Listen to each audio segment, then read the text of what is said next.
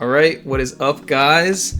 I'm joined back by Hanzo, back on Hanzo's channel, because what did you do, Hanzo? You won another REDU tournament.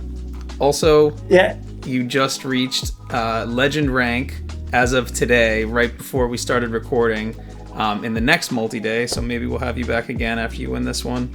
But yeah, anything you want to say about this tournament run, REDU format, your deck, anything?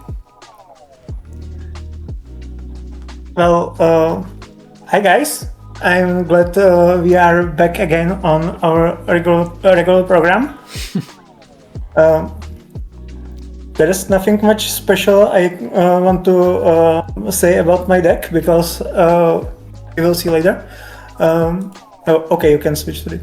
Yeah. It's exactly the same list card by card that I played in REDU Rivals, and we've already talked about that one. So there's nothing much to say about it. So yeah, that's for the deck. The only thing that I'll mention is you did increase the macro up to 2 recently, right? Yeah, and there's good reason for it. Insectors are becoming super popular now. Exactly. They won recently in Pittsburgh, right? Exactly. You actually played in semifinals against eventual winner with Insectors. And in Swiss. Yeah, and in Swiss. Yep. Oh, you played against DeSantis also in Swiss? He was my only loss in Swiss, yes. Yeah, okay. I thought you played against Almaster for some reason. I played against Alamasters in Swiss of Edison, and he ended up winning the tournament, but I beat him in Swiss, actually, because I went undefeated in Swiss. Oh, cool. But this is not about Edison. This is about REDU. But yeah, I just wanted to point out the macro going up to 2 because this is a little bit awkward just because of the 6am United. It feels really bad with the 6am United, but the card and macro also, this is obviously not a Gear Give video, but macro feels awkward in like every deck. Even a deck that you think doesn't get hurt by macro like Gear Gia, it still feels really bad because like it makes Fortress more expensive to summon, and it doesn't give it its pop effect. It makes your materials not float to the graveyard. But like, with how broken Insectors are when they go unchecked, I mean, I think that you were kind of ahead putting in that macro, and then having a Chaos Trap hole here is real nasty as well. So I just wanted to say, like, even though you don't really talk about your list too much because very small things change piece by piece, I'm just saying, like, the list that you came to, there's a reason why it's the list that's played. Like, this is a very prepared deck. That's all I was saying. Also, this time in tournament that we will go over, there were 2 of us with basically same list. Oh yeah, so you played against Tommy. And we both actually finished in top cut. Yep. And the Silent G who had to be stopped basically in mirror match. Or he might have also reached the finals. So. Yep. Okay, we'll just get into it. Like I said, I think I mentioned this is a little while ago because there have been so many things that have happened since then. We weren't able to record. Obviously, like we mentioned, there was the Pittsburgh tournament. But yeah, we haven't seen these videos in a while, or I'm sorry, these matches in a while. But we'll go over them, same as always, and we'll see how everything went.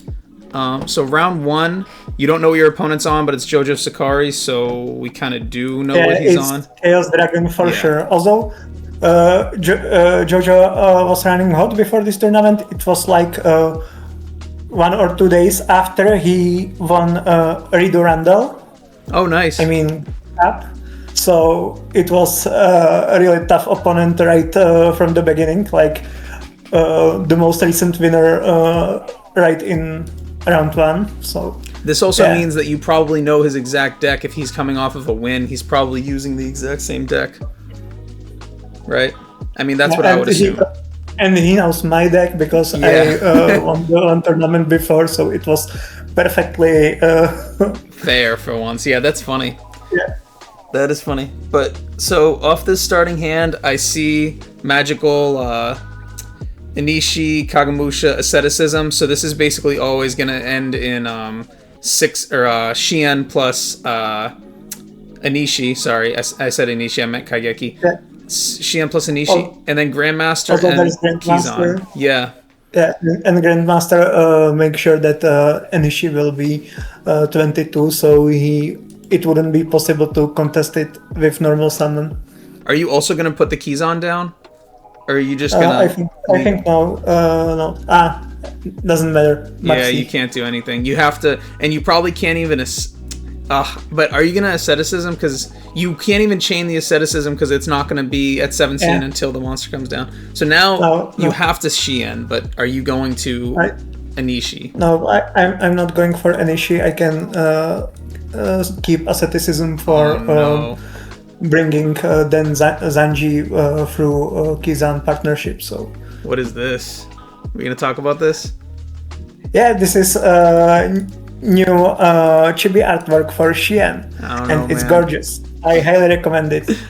Okay, if you say so. It came out in Starlight and Secret Rare, and it's nice. I have 10 copies of Secret Rare currently at home and 1 Starlight, and it's really nice card. It's exactly the thing that Six Samurai needed in a REDU format. You think so? Okay.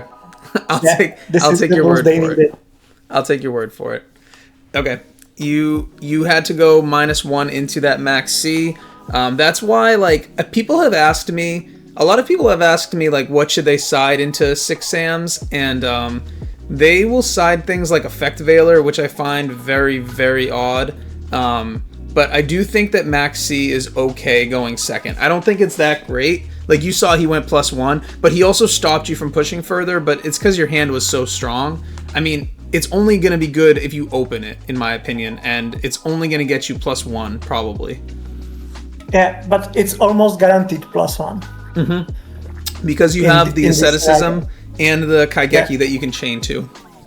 Yeah, I think Maxi is not card that you should think about, like, I have Maxi, I am prepared for 6 Samurai. Exactly. But if you already have it, bring it. Okay, so he MST'd your bottomless. I'm sorry, I skipped. I shouldn't have. He MST'd your bottomless, and you negated, and then you get punished for it with the Dark Hole. So were you considering not negating that MST? No, because Shien is super frail, and I wouldn't risk having just Shien here without something behind him that would probably ended up badly also. This way I'm getting value from Shien, you know. I've negated 1 card and then he's spending another to out it. Yeah, you get your +1 back from synchroing off the Shien, but it's really just Tour Guide because he has nothing in the graveyard. You know what I mean? Tour Guide's the only spell that you're really worried about. Because what spells do they have? Just Recharge, and then he could have another Heavy or an MST. Tour Guide is not a spell. No, I'm just saying, like, what do you need the bottomless for? It's just to stop a Tour Guide. But I guess Tour Guide clears this anyways with Zen Main, so I guess you're just in a bad position regardless.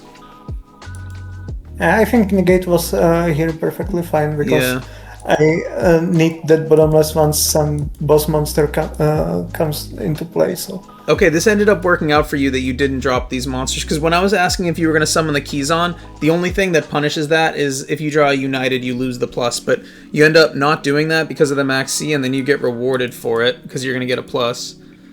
Oh, I wonder if he's thinking about Max C'ing here. He should definitely Max C, but he'll actually get punished because you can asceticism, but it's still a good Max C.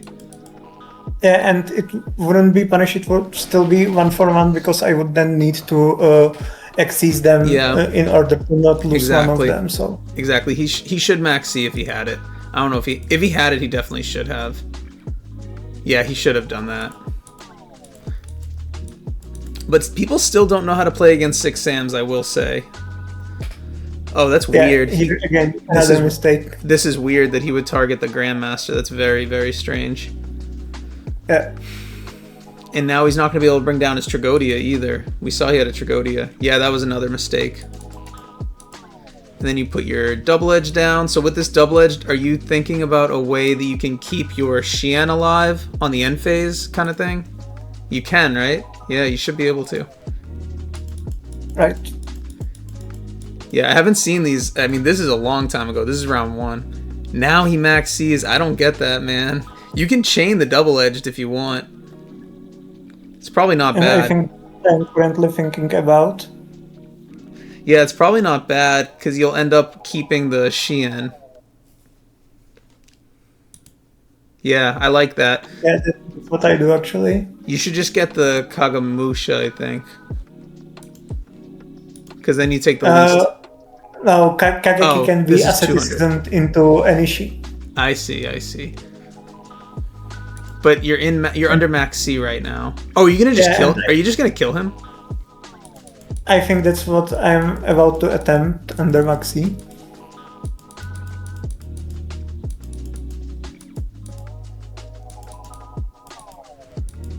Oh, he fucked up. If he doesn't have gores. Yeah, he waited with that track for so long. Oh, you have lethal right here with this with. No, I don't. I realized I don't have monster in graveyard for that. Yeah. So you only have 1.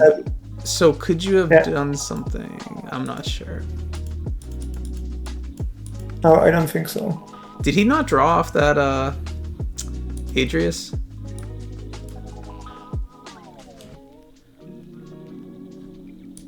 Did he not?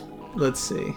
That was an interesting turn though, because I like that you just so at the beginning of the turn, I was like, he max seed in standby phase. You can kind of just wait a turn. I don't like giving Chaos Dragons turns, but once you went for it, I was just like, wow, him holding this Trag, and the Adrius is in front of him, so that's so strange. It seems like he really doesn't have a good understanding of this matchup because he should know there's no point in taking all that damage when you can just Adrius main 2.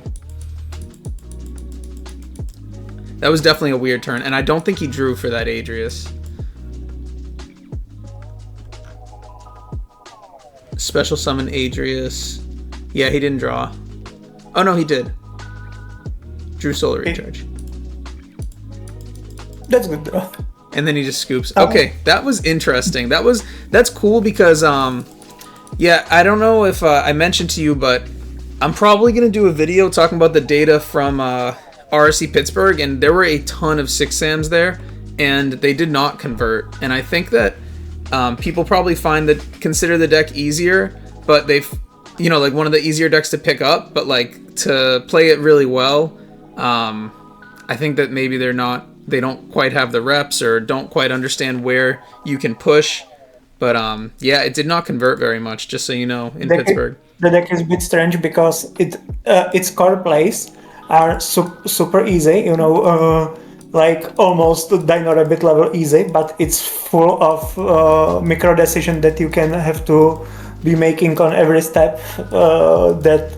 And even I am messing a lot of them, as we can see during these replays. So yeah.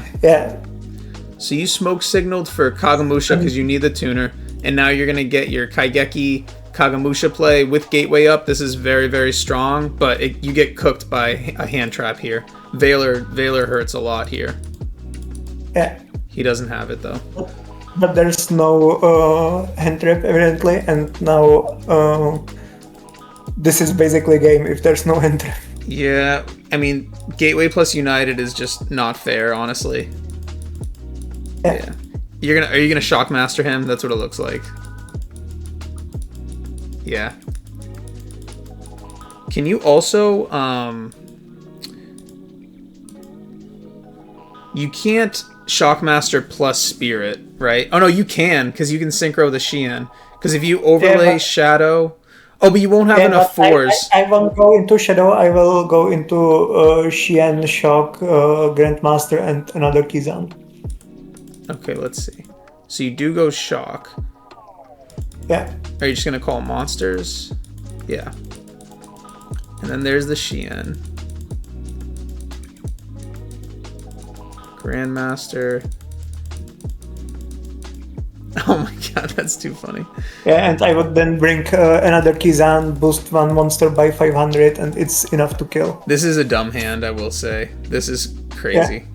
Yeah, that's the thing though. This 6 Samurai deck has has hands like this. It's not that hard to draw, and you also play 37, and you play Rhoda, and you play Smoke Signal, and you play Smoke Signal. So it's like, this is, yeah, it's not that unlikely to happen. I mean, the gateway makes everything just different. Yeah, the gateway part is somewhat unlikely, but Yeah.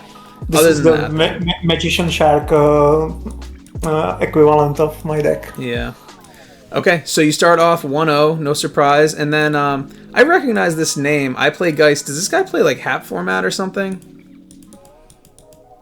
Oh, you win It's dice possible. again. I think it's someone with different name on Discord, and I'm currently not connecting his name here with his. I think it's like Discord Witness persona. or something like that, I feel like. But anyways, you win dice again, which is also a huge part of Redo. So you won dice this round, and you open with Xian plus United and Double Edged. Do you know what you're playing against this round? Yeah, I should know it at this point because this is round 2, and but I don't remember now. Look at this hand. Are you gonna play the United and then go Xian and then on the following turn Double Edge so you have 2 counters? You just have to leave the United up? I'm not sure at this point. Maybe I kept United in. Oh no, I wonder. was greedy. Okay. I wonder if you... Oh, no, you did this. Okay. Because I was wondering, is there an argument to going Naturia Beast first, and then you have the MST for the... you have the Naturia Beast so he can't storm you or anything, and then you have the MST for his trap, and then you can go into a Xian the following turn. Argument is there for it for sure. But it depends on the matchup. You know, you won't do it against Georgia because once you set multiples, they will set their entire hand against you as well. So that one MST can't handle it, and I don't remember what this was. Oh, it was against Dark Worlds. It was against Dark Worlds. I actually think with Bottomless for the Trance Archfiend and Solemn Warning for the Tour Guide, I actually think Naturia Beast makes more sense into this deck. I mean, the only trap that hurts is Torrential. I once lost to Torrential because of this play in Redo Rivals. Against Chiller Jeans, right? Yeah. I'm not sure if it was against him, but it was in Rivals. And then he gets stormed. Yeah, honestly, I feel like Naturia Beast was better. I actually didn't have to scoop. I did mistake here. When Xian was supposed to get destroyed. You could have chained... Double Edge? Yeah. Yeah, I could have chained Double Edge, save Xian, and then I would have still Xian's negation available for Heavy Storm. But still, your Xian would die simultaneously with your other double-edged target, so it can't protect itself. No, it doesn't happen simultaneously. At the end phase, I'm talking about. No, I mean, I'm not bringing Xian by double-edged. I'm bringing 2 monsters from my graveyard with double-edged, and I'm using Xian's effect to protect itself. Yes. That's what I mean. Yeah, you're right. That was preemptive. Looking at this hand. Go ahead. Now at this point, I should have simply chained the Bird Sword technique to effect of Grapha, and I would be perfectly fine. Yeah, and then your Xian would live. Then he still has a lure. Gates is fine. You have the Solemn here. Yeah, it depends on what he draws off the allure, I guess. But actually, if he allures and then he doesn't have any... He loses his Tour Guide, potentially. Yeah, and I'm perfectly fine with whatever he draws, unless it's Dark Hole, because, you know, Heavy Storm Dark Hole. They don't play Dark Hole in the main? Okay, in that case, I'm perfectly fine whatever he draws, because I can let it go, because I am able to stop his summon. Yeah, you have Bottomless for the Grapha, Warning for the Tour Guide if you want. Yeah, actually, that is probably your game. Yeah, I felt super bad because I realized that after I already sent my monster to the graveyard, so... You draw 3 as well, because you're going to get the counters right here. Yeah. Yeah, that is frustrating. I hear you. Yeah, that was probably your game, honestly. But it's fine. You're going to 3-0 him.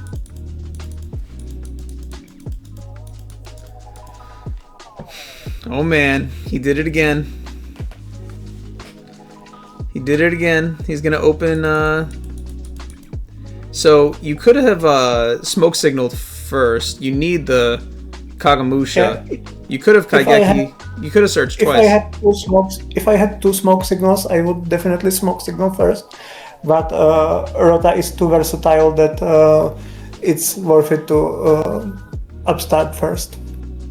You could have at least smoke signal because you know you need the Kagamusha.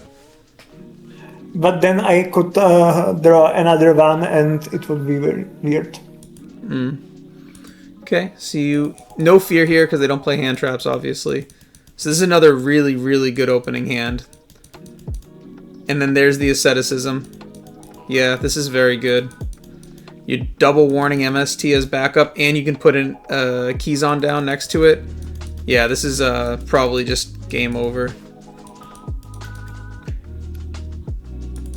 This is another time where you could... I mean, you could Naturia Beast and then have double warning. But again, I understand the fear of Torrential.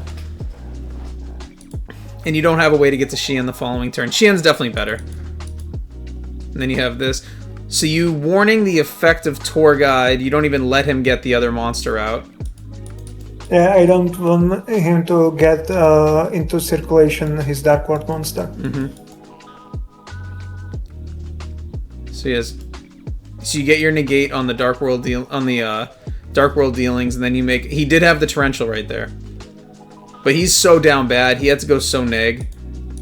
Anytime you're baiting negates from six Sams, it's not good. Yeah, this one's over. He could get a 6 Samurai monster on the field here, but no. Because he could have gotten... Not 6 Samurai, a Dark World, so he could get Grapha.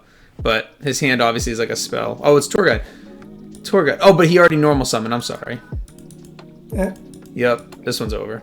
That warning did its job. Because what's gonna happen is he's gonna put a Dark World monster down, and then you're gonna Inishi, and he's not gonna have tempo, and you're just gonna kill him. Yeah, you're just gonna Inishi bounce this brow.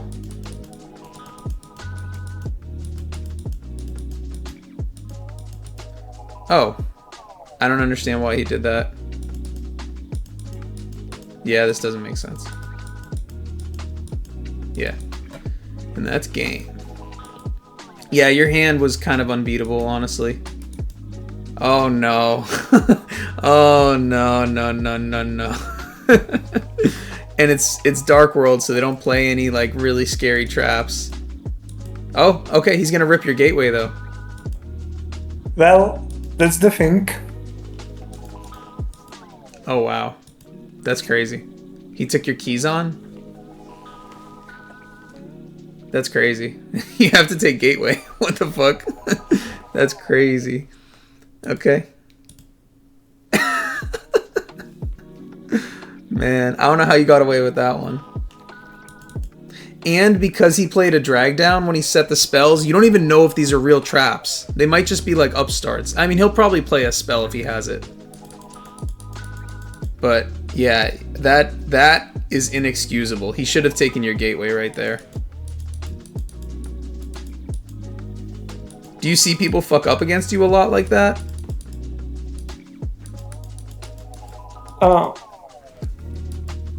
Quite often, yeah, but I think that like the most players that I can encounter in later rounds, they already know Samurai well to not do this type of thing. Like, I don't know, if I get paired against Go Beast Mo, he already know this matchup super well and wouldn't do it. Or strong player for sure. This is the funny thing. So I obviously don't play Dark Worlds at all. Dark Worlds is like, I don't want to sound like a hater, but Dark Worlds has got to be at the very top of my list of decks I would absolutely never play. Because in 2012 they released the Dark World structure deck, and it had literally every card you needed in the entire deck besides like Tour Guide. So, and you don't even need the Tour Guide, honestly. So like, I used to play against this deck 4 or 5 rounds in a row at locals all the time, and it was so annoying. Like, they just look at your hand all the time with drag down, and they legit took like 10 minutes on their turn, like setting their spells, playing drag down, looking through your hand, deck deving you. It's just super annoying. So like, I despise this deck, so I never play it. But the funny thing about seeing people play against Dark Worlds is that Dark Worlds will look at your hand, take what you need, but the thing is, you're gonna, after that, he played dealings, and you get a draw for the drag down, and you get a draw for turn. So like, after they look at your hand, you might see 2 or 3 new cards. So if they don't Eradicator or Virus you or something like that, like, they might pull you into your Heavy Storm like he did. He dug you 2 cards deeper already. Yeah, I actually thought that he must be having Eradicator. Yeah. When he took the Kizan. Got rid of my Kizan, because then my hand was all spells. Yeah, I would expect an Eradicator here, but and then especially with the Silva. I mean, Silva's good because it's 2600, but he gave you the Heavy Storm, so if he Eradicators here, you just lose immediately. Right. But it was a deck dev. That doesn't make...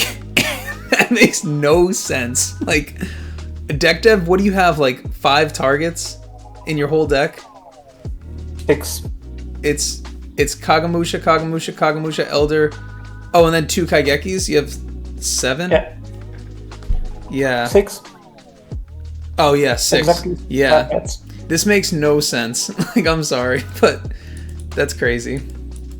Exactly 6 targets, and they are searchable, so... I'm going to fast forward because this one is completely over. This one is 100% over.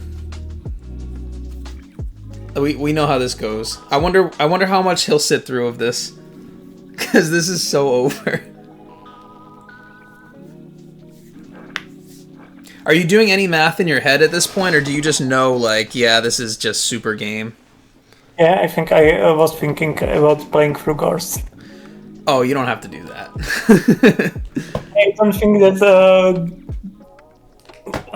he's playing Gors, but when I am in position where I'm playing my mind through every possible card that could save him. I'm the same way. Sometimes if I'm like so ahead, it makes the turn a little bit harder because I want to even play through, like, I'll start thinking about, can I play through like a set Dyna and things like that. I'm starting to get out of that mindset since I don't play Edison anymore, but and we don't see it in Redo really at all. But yeah, this one was pretty nasty. So you're undefeated so far, and I don't know this guy. Looks like he's got the wind-up picture, so maybe you're playing against wind-ups this round? That's a good matchup for you. You probably like the wind-up matchup, I assume. Yeah, I kind of, you are losing these games where they open broken and go first, but every deck does, so there's nothing special about it, and then it goes the other way also, going first against wind-ups with 6 Samurai is also OP, so... Yep. You won dice again, so you're 3-0 in dice rolls, and at this point you've already won more dice rolls than I did my entire weekend in Pittsburgh. And now you're opening with Shien plus the United again, going first, so you're already in an extremely winning position right here. Double upstart, so you know that you need Kaigeki. I guess the only exception would be is if you draw an asceticism, but I would definitely Rota for Kaigeki first in this position. I like keeping Rota because Rota allows accessing toolbox, so if it was Smoke Signal I would use Smoke Signal, but Rota I hold. Triple upstart, so you have to do 3,000 extra damage this game. Yeah, I think Oscar Zelaya said that if he activates triple upstart in Edison, he wins. Yeah, that's funny. Yeah, Oscar's pretty funny guy, honestly. Okay, and you draw into a follow-up Nap Beast, I guess. I mean, these cards are actually pretty weird to have in your hand. I guess they make a United good, but like This is not good follow-up. It's not follow-up, not this, because, I need to summon them one by one, because I can't then now special Elder with I know. having monsters on my board, but it is what it is, and I am not complaining, I draw them out of Oh no, United. this is not a hand to complain about. Quick side note. I don't know if I told you or not, or if you heard it, if you watched my video recently. I actually had a good friend of mine who once again borrowed my deck. I lent my Six Samurai deck to another friend of mine in Maryland, and he beat the shit out of me with my Six Samurai deck, which is like your Six Samurai deck. I lent that same deck to a different friend in Pittsburgh, and we actually got paired against each other very sadly. I hate getting paired against like personal like friends because it just is a loss no matter what. But he took my Six Samurai deck and he made some small changes, and you would absolutely hate those changes. So I'm just gonna tell you about them because I don't think I mentioned this to you, and I want your live reaction of how upset you are by these changes. So I'll tell you the less egregious one first. Actually, yeah, let's start with this. First of all, he was playing 0 Upstart Goblin. I don't like that at all. I don't know. How can you make this any worse? Okay. Second of all, he was main decking Great Shogun Shien. Ouch! Why? Yeah, it was kind of good though. Like he dropped it on me game 1, and it was really nasty. Now, the worst offense of them all, in my opinion, I was very very against this last one. He was main decking 2 Elder. I don't like that at all. I don't see a reason why you would ever want a second Elder. I just can't really understand it. There is reason why I want to second Elder, but it doesn't outweighing the fact that Elder is kind of a break. Kind of. And you are increasing chances of making your hands worse. I was very against the second Elder in the main deck. Like, what is the point? Is it because you open like Elder plus Kagamusha plus Asceticism or something, and you go first? Like, I don't get it. The point of second Elder is to make later Asceticism still alive. No. But yeah, it's really bad, and fuck that. You are including another copy of maybe worst card of your deck in order to hedge for a situation that is quite unlikely to happen anyway. And it's a bad situation regardless. You're probably not winning in that situation. I'll have to talk with my buddy about how it went, but like, second Elder to me is crazy. I think that there's no justification for that. But it seems like you're most upset about no upstarts in the main. No upstarts anywhere, rather. So, that's interesting. I wanted to see how you felt about it. He came very, very close to beating me. We actually had a good match, and something really, really minor happened that he made a mistake on, and I ended up stealing the match. But we'll get back to this. So you open with your favorite, Shien plus Anishi and Bottomless and Warning set, and he is going to MST your Warning, which is very, very painful. So you know when they MST, like first action, activate a spell, you know that they're baiting you, but he hit your Warning. So what are you thinking? Because the cards that you want to hold the negate for are Messenger of Peace, because you're going up against windups, I'm assuming, Dark Hole, Heavy Storm, right? Right. So what are we thinking? Are you going to negate this? I think that now, at this point, I wouldn't negate it if I was playing it now. So let's see how it went. No, you let it go because you still have the Bottomless, even though Bottomless is not very good against Samurais, against windups, but you do have the Anishi to protect your Shien for like a... and Anishi's effect. Here I have a good Bottomless target, nice. Yeah, usually they don't have very many good Bottomlesses. So I wonder what the reason for that was. Oh, he opened double Thunder King. He's maining double Thunder King. So And Thunder King challenges Enishi. That's why I said that I like bringing Grandmaster with Enishi and Shien, because yep, goes to makes 22. Enishi not possible to be challenged this way. That's interesting. He's maining double Thunder King in windups. I have that. That's kind of like the old style of windups. I haven't seen that in a while. Sometimes we see Thunder King inside deck, but mining it, it's quite uncommon nowadays. Yeah, I actually did main Thunder King in my windup deck in Ohio, and I sided the second, and I was siding it in the windup deck that I was considering bringing to Pittsburgh, and then I last minute decided I'm going to play Geargia. Okay, so this is what he was trying to bait your negate for before. He flips the factory, which is such a nice sign for you because that means he only has one real trap. So now you're thinking about negating this, I'm sure, but you probably are fine. I'm not thinking about negating it at all, because I know that if I stop his summon, I can then go for game. Yeah, I was going to say you're probably fine because this is just helping him set up for next turn, but there's probably not going to be one, you know? Right. You have an Anishi up, so you're probably bouncing. Yeah. If he doesn't drop a shark right here, you're just going to bounce and that's it. Yeah. And that's going to be game. You know he only has one trap. I don't even know if you needed to negate this.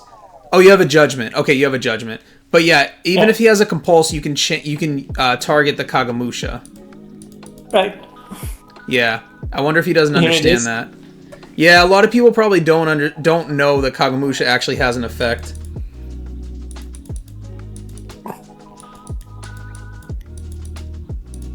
Okay, now the game becomes very hard for windups post board because of the rivalry. But you don't open it. Compulse is very good though. He just starts with a rabbit. Okay, so this is like one of the first games we see you playing into back row going second.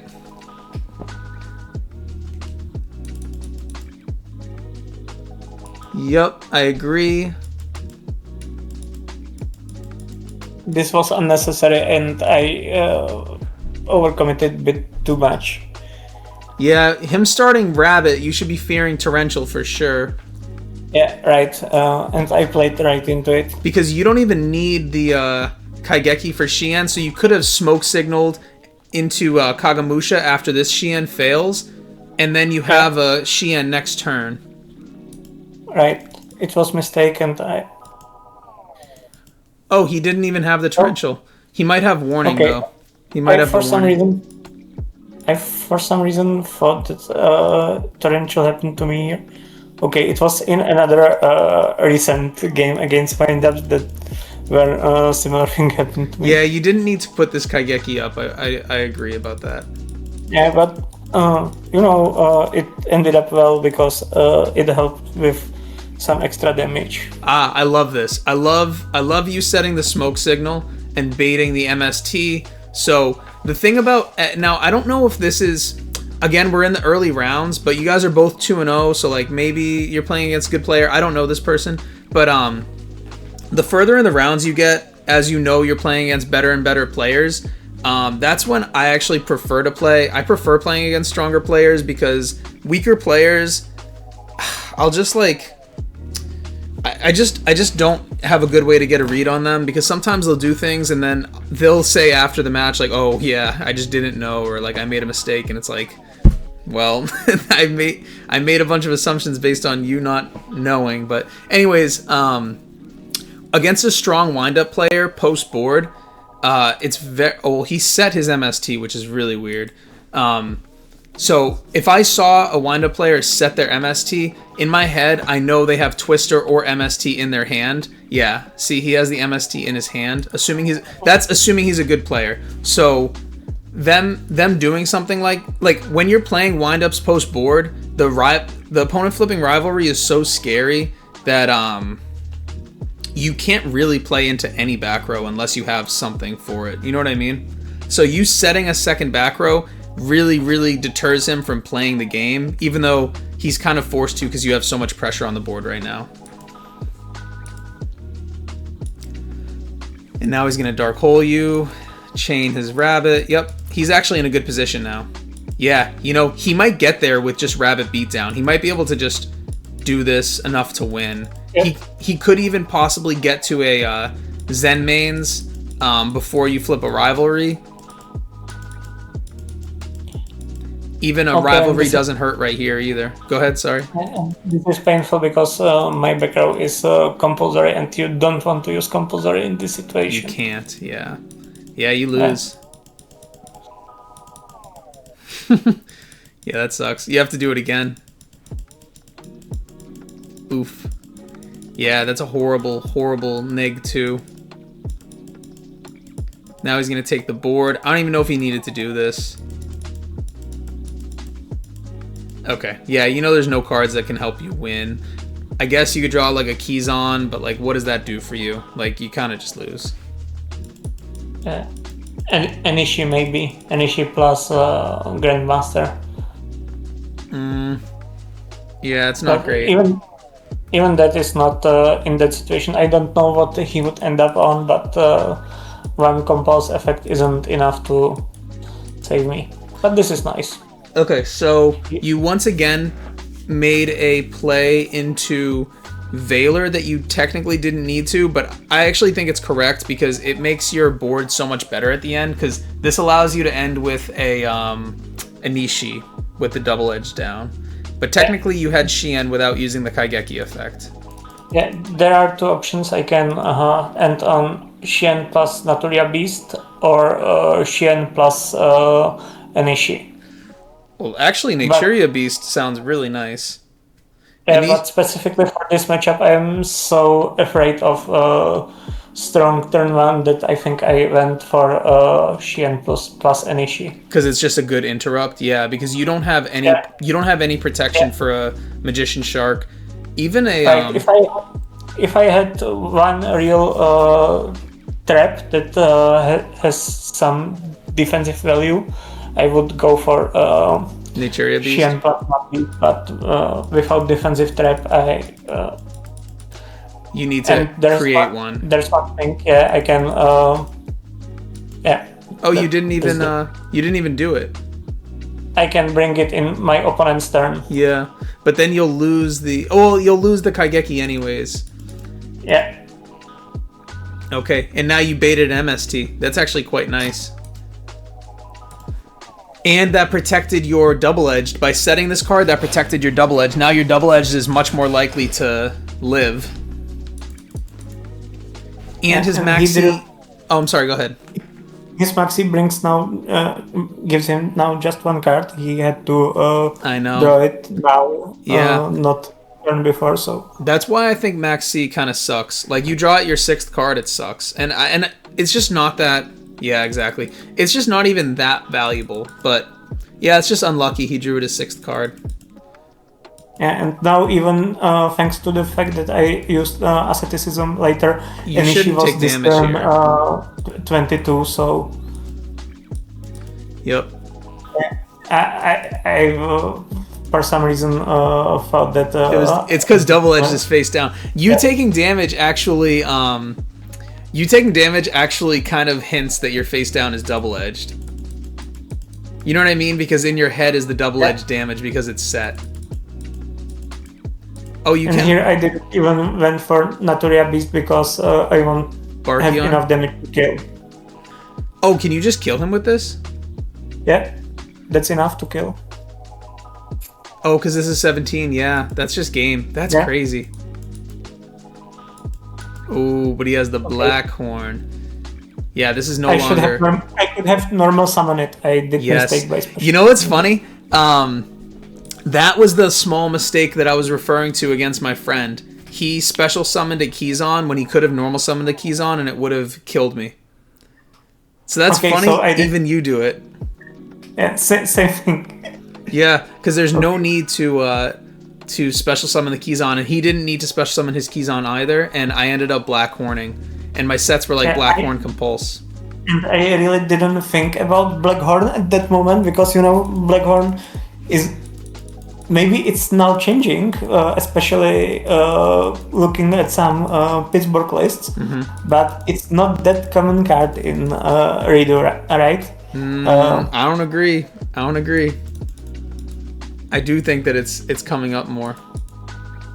Yeah, I think that now it's becoming more popular, but for a long time it's not card that you need to be aware of. This is such a bad reborn. What's he even gonna reborn? Like a Kizan or like a 3, so you can overlay 3, and then you have the Nishi. This one's over. Yeah, this one's over. You can just take your own Kizan back. Oh, hold on. Why? Oh, this Anishi. Can he not play through it? You need to bite Anishi first before doing Magician Shark.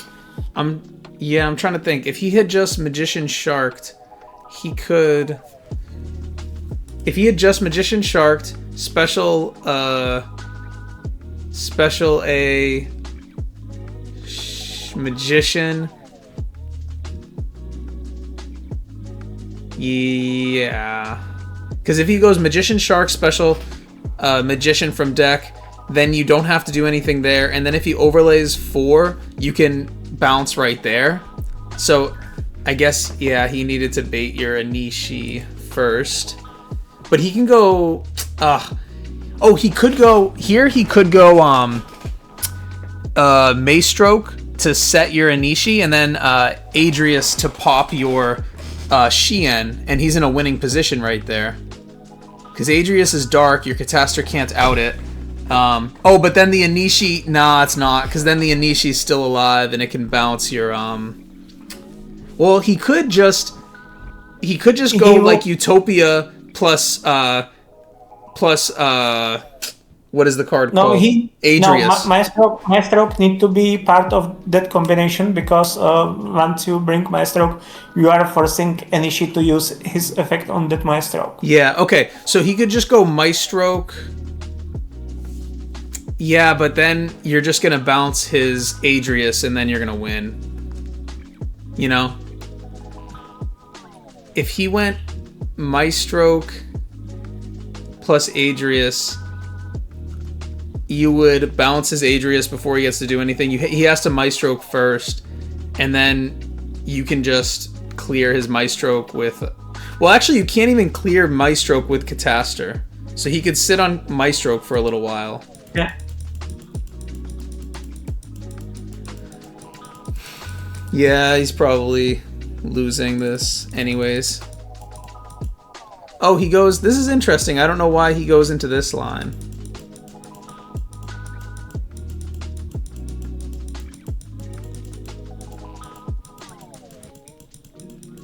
Oh, what is it? I don't know what's happening anymore. He forgot his rat? I don't know. Okay, I think he's about to scoop in shame, because I don't understand what he's doing. Okay. I asked him to start that combo over, because I fucked that up. Also. Yeah, he fucked that up. I don't know what he's doing. Yeah, okay. Yeah, but it seemed like he thought about it, but I had to see it. Yeah. This is still not going to put him in a winning position, because these are already more than he can deal with. Actually, I guess he can't clear your Adrius right now. Yeah, he can't clear your Adrius, technically.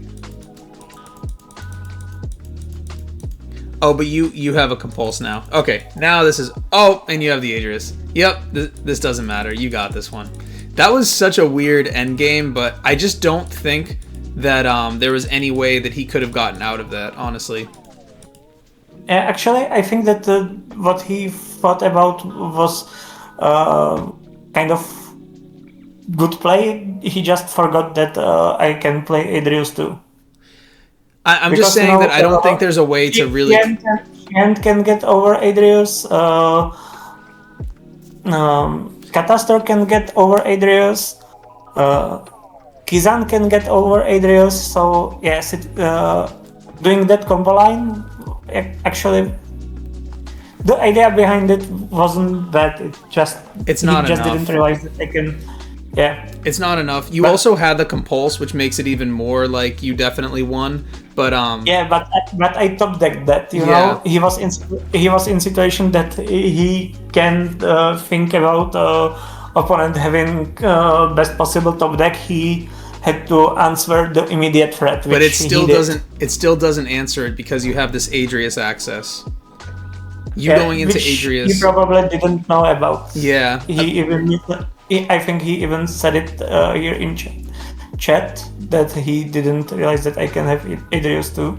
Yeah, I mean, it seemed like JoJo was in the same spot round one where he didn't even consider that you can go Adrius when he dropped his Trag on the last attack. But I think that more and more 6 Sam succeeding, like you keep winning with this and we keep covering your deck, I think people are going to be a little more aware of how to play around it. But I don't think that there was really a way that he could have gotten out of that situation, specifically because of the Anishi on the board. The Anishi on the board makes this all just really unpleasant to play into, you know? Yeah, but he got rid of it then, so Yeah. Oh, Silent G. We played mirror match with Silent G. We played exactly card by card, completely same main decks. Yeah, and So, you just won your 4th dice roll in a row. 4-0 in the dice roll, so you're going first again, and you open Storm, United, but you don't have Xian access. So with this hand, we'll have to see the 6th card, but I'm assuming you're just going to put him down and get an extra draw. Right? You're just going to go for draw 2. But there's no way to get to Xian with this hand, and your draws are not going to change that.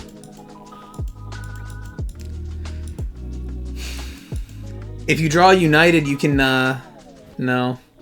If you drew a United, you could get 2 more draws, actually, because you can get into the Shadow plus Grandmaster. But no, this is not a good hand. Roach. It was not needed probably to bring Grandmaster now, but whatever. I think you're just in a bad position, honestly. And the Roach is like just you hoping that he can't get to a Keyzon to get over it. But you have the Bottomless. I mean, this is optimistic. I don't think this is going to get you there. Roach with Bottomless is actually a good combination. Yeah, but if he clears the Bottomless, if he has like Storm or like multiple space, I don't know. I just don't think it's going to be enough. He can also Anishi this. He can get to Anishi, or his graveyard's empty. So yeah, it's for sure bad opening hand, but bad opening play, but also, you know, with available cards, it is what it is. You actually can Storm and Xian here, but it's so ugly.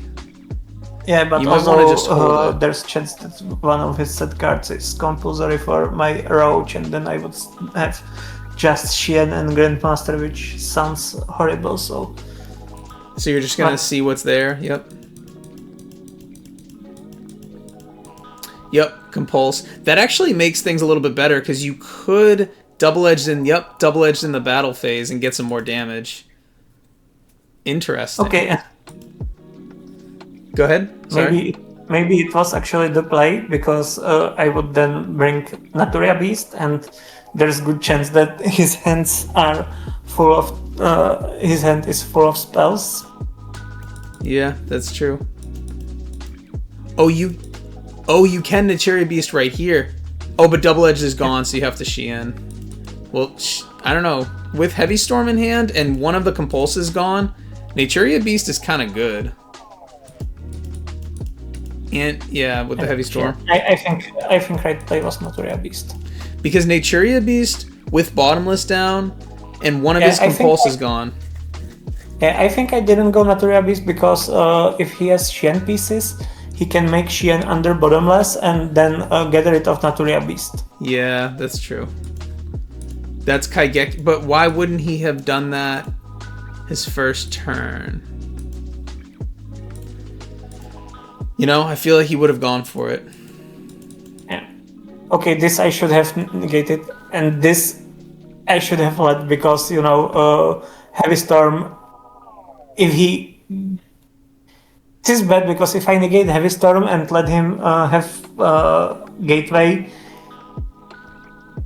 Your Heavy Storm Yeah. isn't doing anything, and your Bottomless is actually a really low value card, honestly, with the Xian up. I think I should have let this go. Yeah. And I didn't, and it was mistake. I was thinking.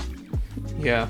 I definitely would not negate this Storm. Are you about to negate it? Yeah. So I did, and it was a mistake for sure. Yeah, I definitely would not negate that Storm. But it's so weird, the sequencing from him. He opened with Gateway, so he's trying to bait your Xian negate, I guess. And then he Heavy Storms. He was probably hoping to bait your Xian negate with Gateway, and then Heavy Storm your back row. But then when you didn't negate the Gateway, he was like, well, I'll just Heavy Storm anyways and see if that gets through. And now he probably is going to make his real play, but he's doing it with the Gateway up, so that definitely should not have happened. Right. Oh, and yeah, you used your negate already. Yeah, he needed this. Okay. And this is losing position. Yeah, that's the biggest part about playing Sam's is knowing when to negate and when to push. Yeah, I think this one's over. Oh, Andy's going to be bigger than... He can search Grandmaster and have Xian, but his are going to be bigger than yours. Because he has the counters. His Xian might be bigger, but mine is cute, more cute. That's true. I don't know. I kind of like this one better. I don't know. Oh, and the Anishi. Oh my god, that feels horrible. That felt rough. I'm not going to lie.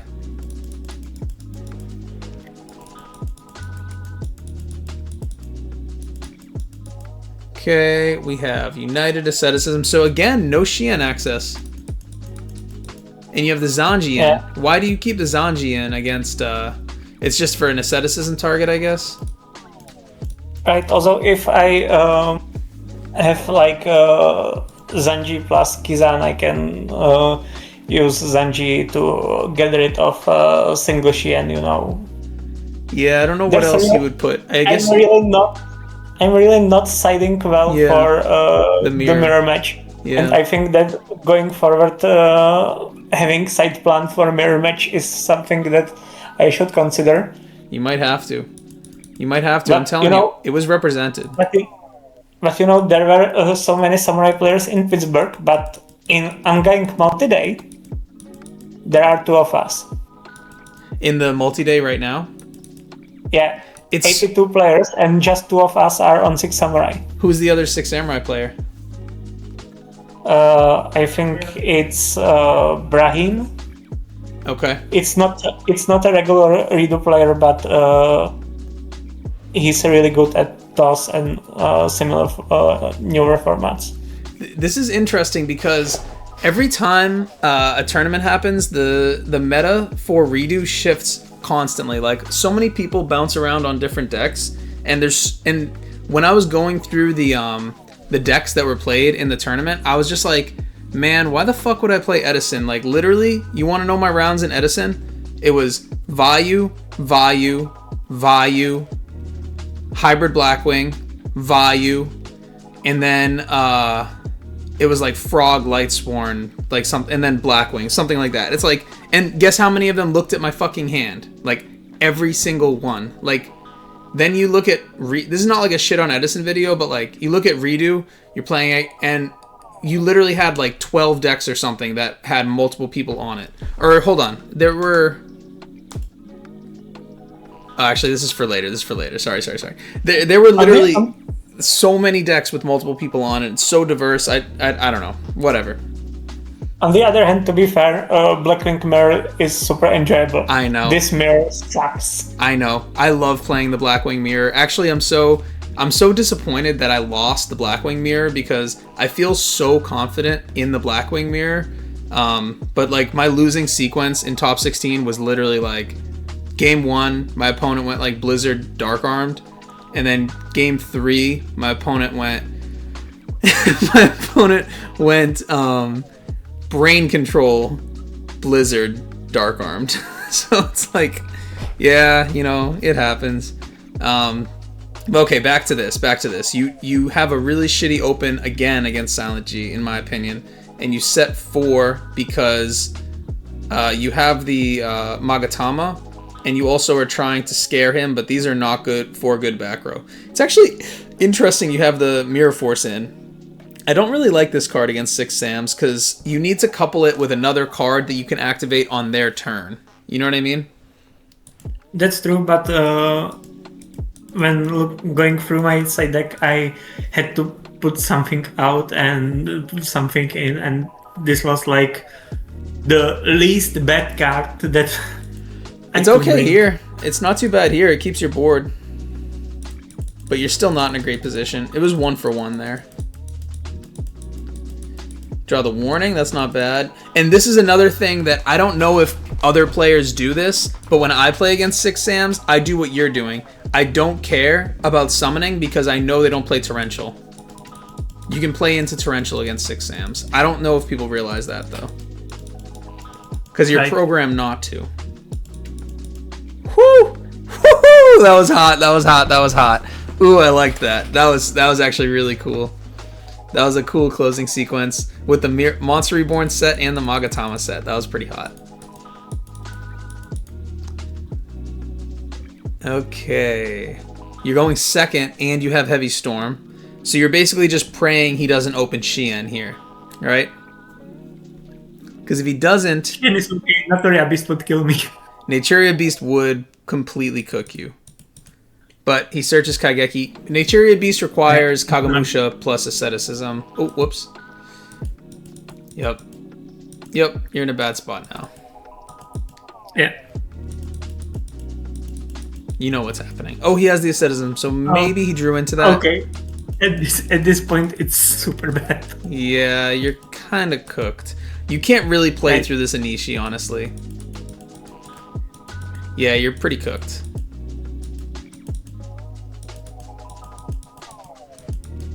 But you're right, Naturia Beast would have been much worse.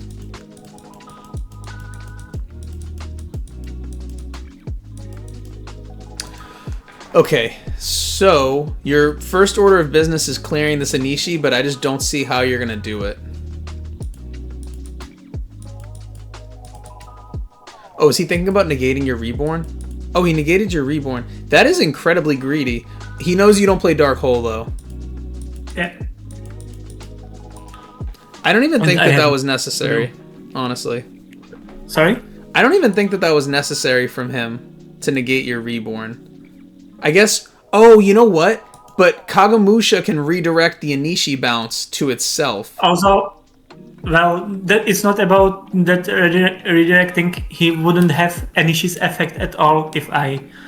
I see. Okay, then it's really good. He had to negate to protect his other line of defense. Yes, then it's really good because it's just 2 in graveyard. Okay, we're going a little too fast. I just know that these always take forever, and I'm trying not to like take your whole, evening. But I also had to try because I would otherwise be dead, Yeah. Well, you got murdered there. That was not close. I mean, your hand would have been okay if you were going first, but. Yeah, winning game 2, so you go second game 3. That was rough, but at least you lose to a fellow Samurai player, so you're basically still undefeated. Yeah. This was correct by Tommy to make the negate on the Reborn. And then you guys did end up both making top cut with 6 Sams. Okay. Alright, we are back. Okay, I don't know who this guy is. Do you know who you're playing against now? He's somewhat new to Edison. We played in Gopo Cup before this tournament, and I think that was his first redo experience. Oh, and he's on Geargia. I think that this is a good deck for people to start with in the format, honestly. I think it helps a lot. It shows you a lot in the format, just starting with this deck. But yeah, good choice. He's your first... this is your first game going second, I think. He's the first person to beat you. But you have the Heavy Storm.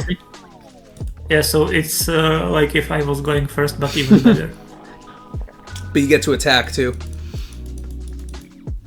You start off with Shien, but you open double bottomless. This card is not good into Geargia. Because if he has an arsenal or an armor, or I'm sorry, or an axle in his hand, he can go into Gigant. Oh, but Gigant isn't even good against you know what's funny? He's probably going to go into a Maystroke, and you'll probably have to double bottomless it.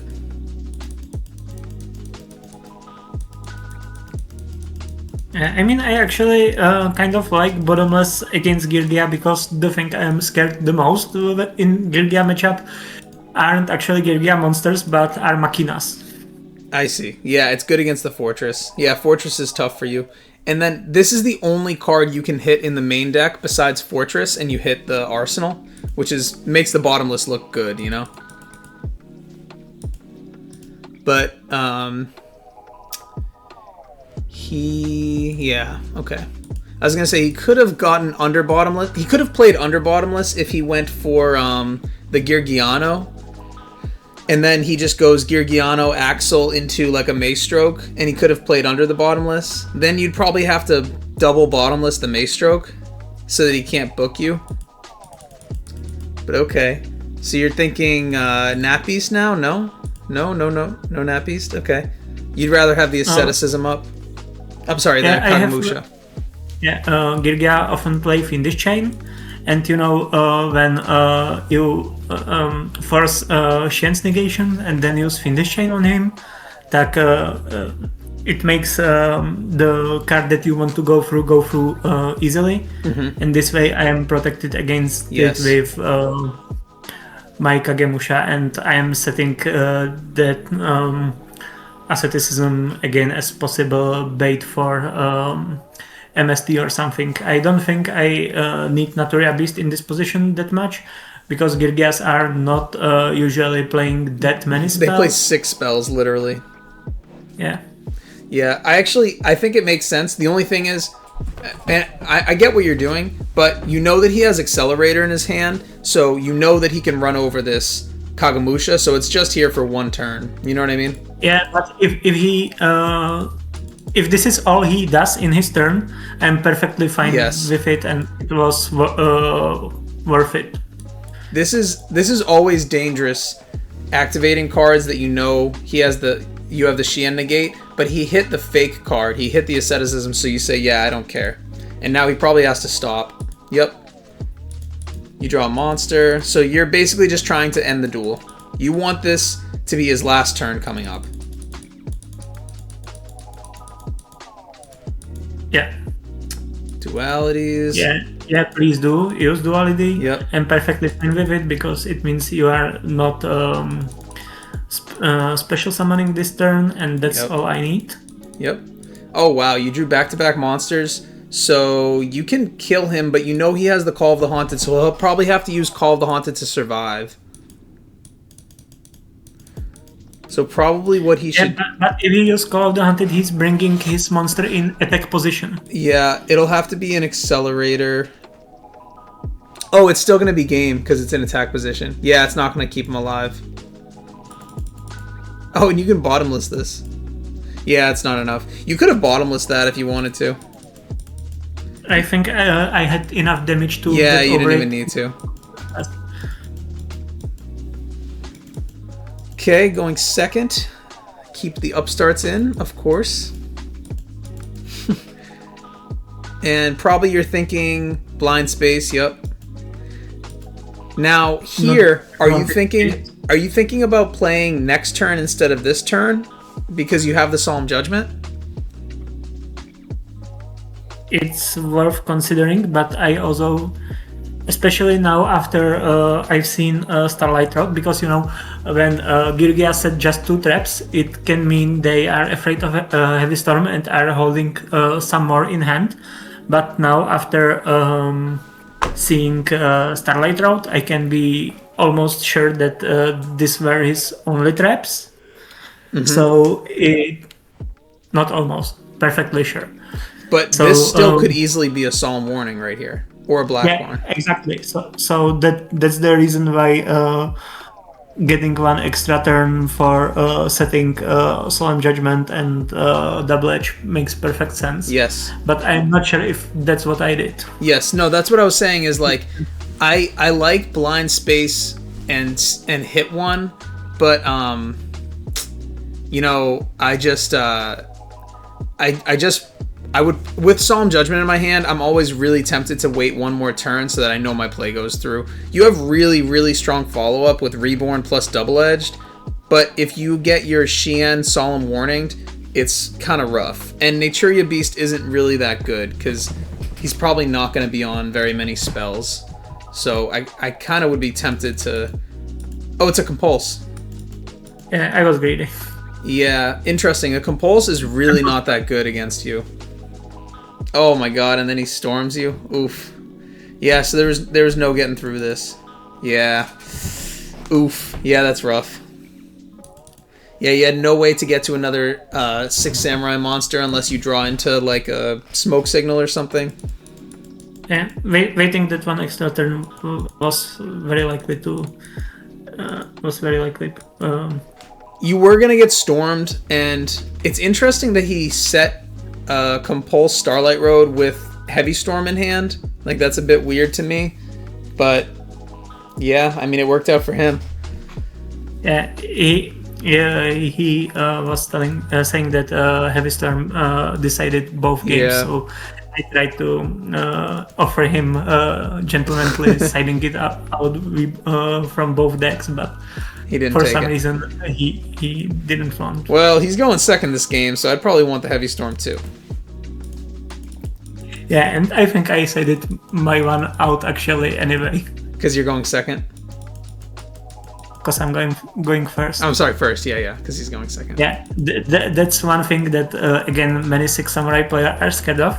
Siding Heavy Storm out. Because, it's blowout card. Everyone wants to keep blowout card. Mm-hmm.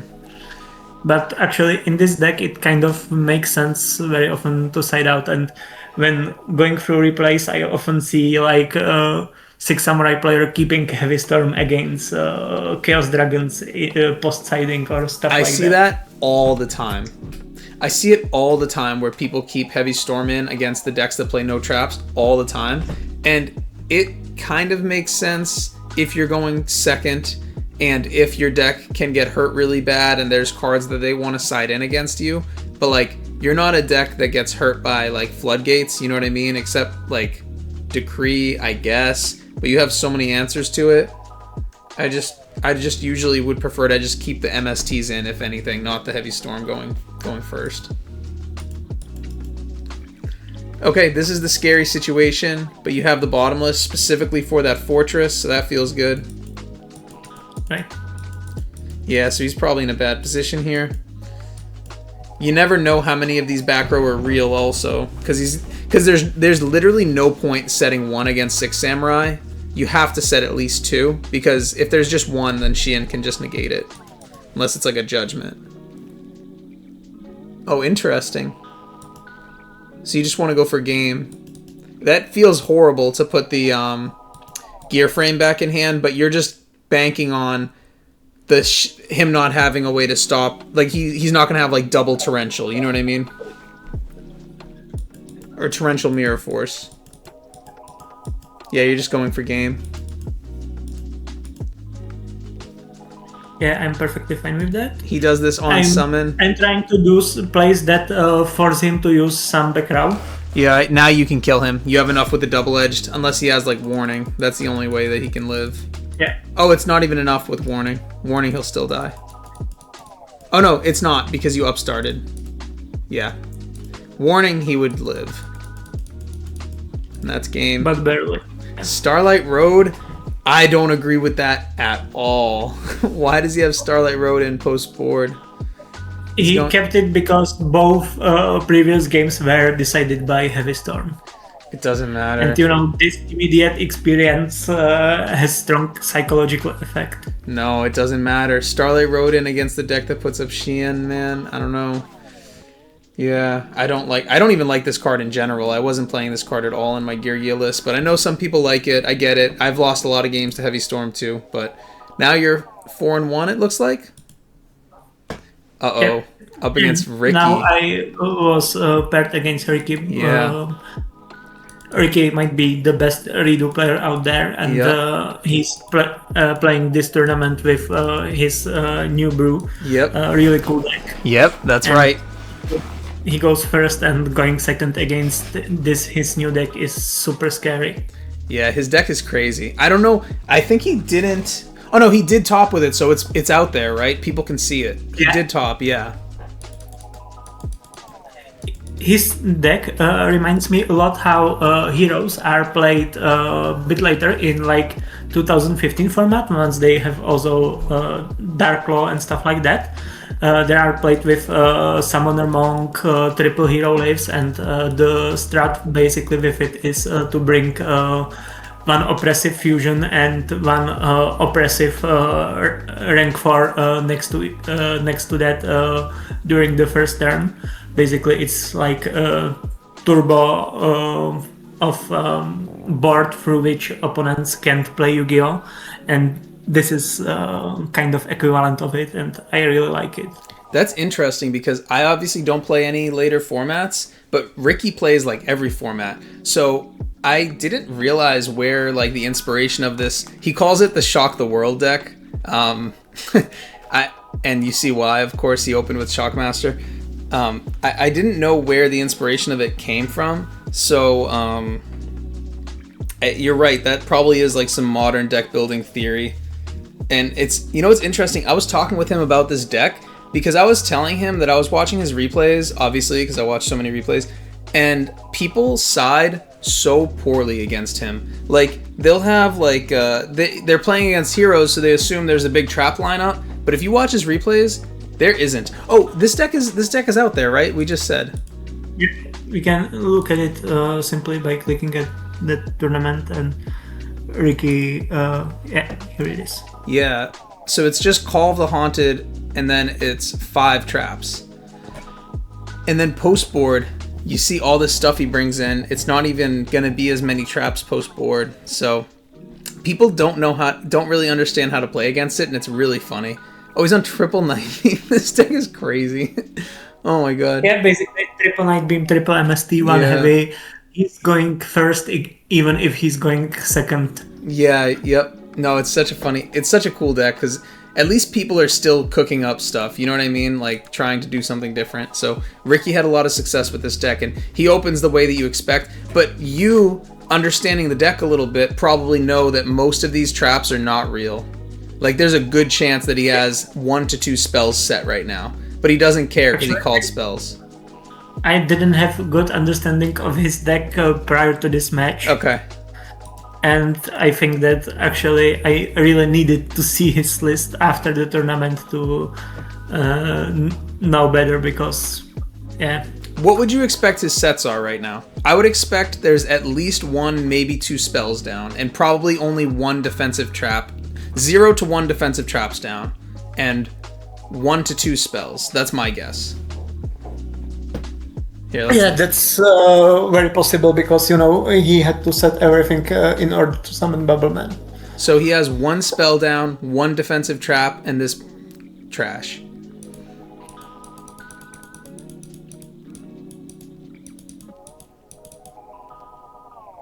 You get your Shien warning, then that's basically the game. Yeah. Yeah, I mean, you basically can't come back. This is really heads up from Ricky. People will get intimidated by a single back row and try calling traps, but then your traps are turned off the following turn. Your deck is all spells for the most part, so that's correct. Oh, but actually this kind of sucks because you can Inishi effect unless he has another warning. No, he has Call the Haunted. So you're going to clear the Shockmaster. Yeah, again, doing it in battle phase. Yep. There's no Wailer, but it's good to keep this. This we catched right immediately that this was illegal play, so we took it back. Wait, say that again?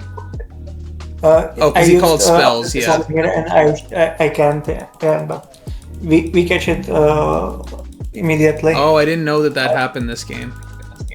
Yeah, Ricky usually catches everything when I watch his replays. That's interesting he missed this. Yeah, we rebuild game state immediately. So yep. Yeah. And then you should have a warning set, right? Yeah. Okay. This is always awkward when there's information out there that's not supposed to be there. But it ends up getting revealed anyways. So he knows you have an asceticism set now. So So he knows this card is asceticism now, which is dangerous. When Ricky knows your cards, when any strong player knows your cards, it's dangerous for sure. Right. He just has one card. Oh, it's a bubble man. Oh, it's a bubble man. Let's see. This does not come up very much. This is so cool to see. He used MST on his own. He stormed himself. He stormed himself, and then he bubble man. So he's hoping to draw a miracle. Oh, he gets Rhoda. That's fine. That'll get him into a rank 4. But you have an Anishi. But it's not alive. Oh, is there nothing in your grave? Oh, this is so interesting. He should go Blade Armor here. He should go Blade Armor over your Kizan, and then over your... No, he need over Anishi first. By killing any monster, he's putting me in a position where Anishi becomes alive. Yeah, but he can't Blade Armor over your Anishi. It's 22 right now. So he goes Maze Stroke. This isn't going to die on the end phase. So if he goes Maze Stroke, crash into... Kizan is going to die. You targeted Kizan? Yeah. So then he just has to... if he leaves your Anishi as the last card, so if he goes Maze Stroke, set your Zanji, then you just have Anishi, and this goes away. And if you don't draw a monster, he's fine. I guess that's what he's going for. Oh, he drew Miracle? Oh my god, that's crazy. Wow, okay, now you're cooked. That Bubbleman play was... I know. Yeah. Damn, that's crazy. Wow. But you know, hero players are not resolving this second Bubbleman's effect that often, so... I know. When they do, then they should be drawing that Miracle Fusion. Wow, that was crazy. That was actually a really crazy game. Okay, you're going first this game. And you open with Shien. This is not Nat Beast, just Shien, because you don't have asceticism. Right. But Nat Beast would be so tempting against this deck.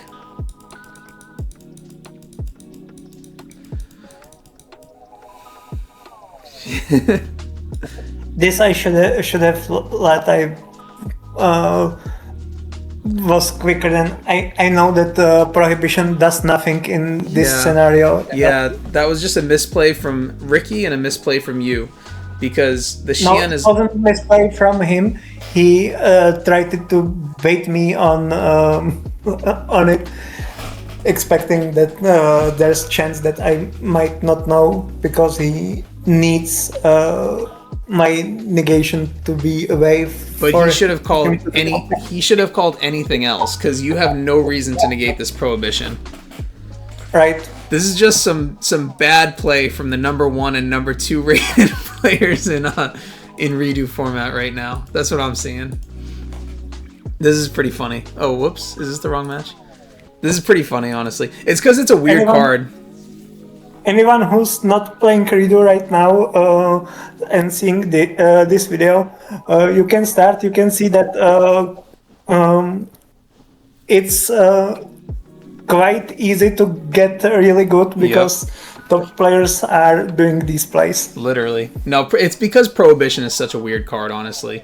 Like, I've seen lists siding Prohibition, and I just feel like you need to be really comfortable with that card to side it, because it's such a strange card to use, and it's very hard to make it feel really that good playing Prohibition. And he had it in going second, which is pretty much always going to be bad. You know what I mean?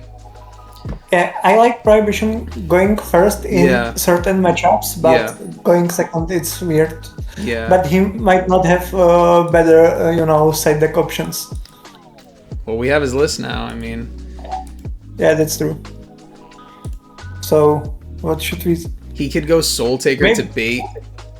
Yeah, maybe I will actually let the deck as it is, because there's nothing that should be bad, like replace that Starlight Road with one Soul Taker to blind out negation, and that's basically it. Yeah.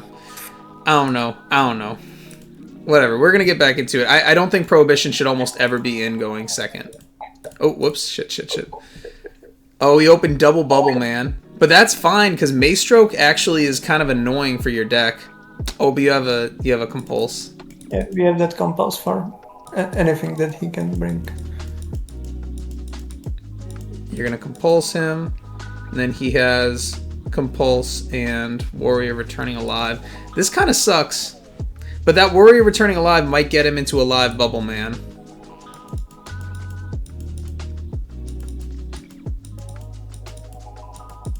Yeah, that compulse is not going to be any good. Of course you negate this. I don't understand why he compulsed there. Yeah, he should do it in this turn. I don't understand that one. Yeah, because he could have had compulse with... Oh man, if he held his compulse, he would have had compulse, which got negated by Shien, and then Night Beam, and then he would have gotten the live Bubble Man again. Yeah, exactly. Oh man, yeah, man, some really sloppy play in that one. Ricky was probably playing poker on his other monitor. That's what was happening. This is an awkward hand. Yeah.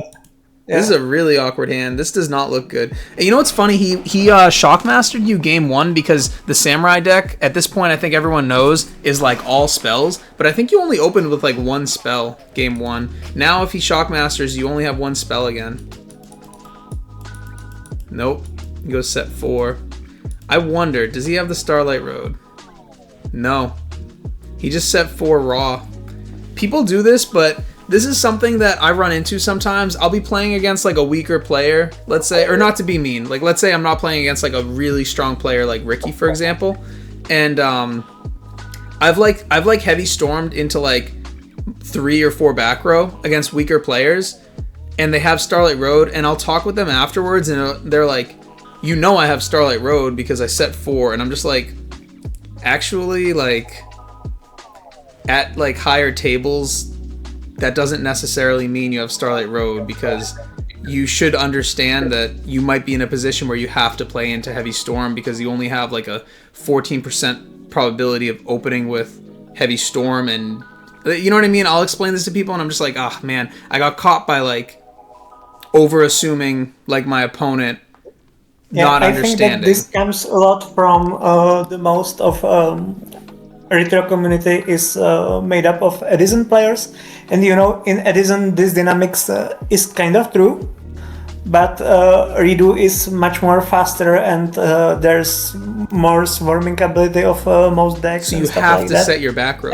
You have to, you know?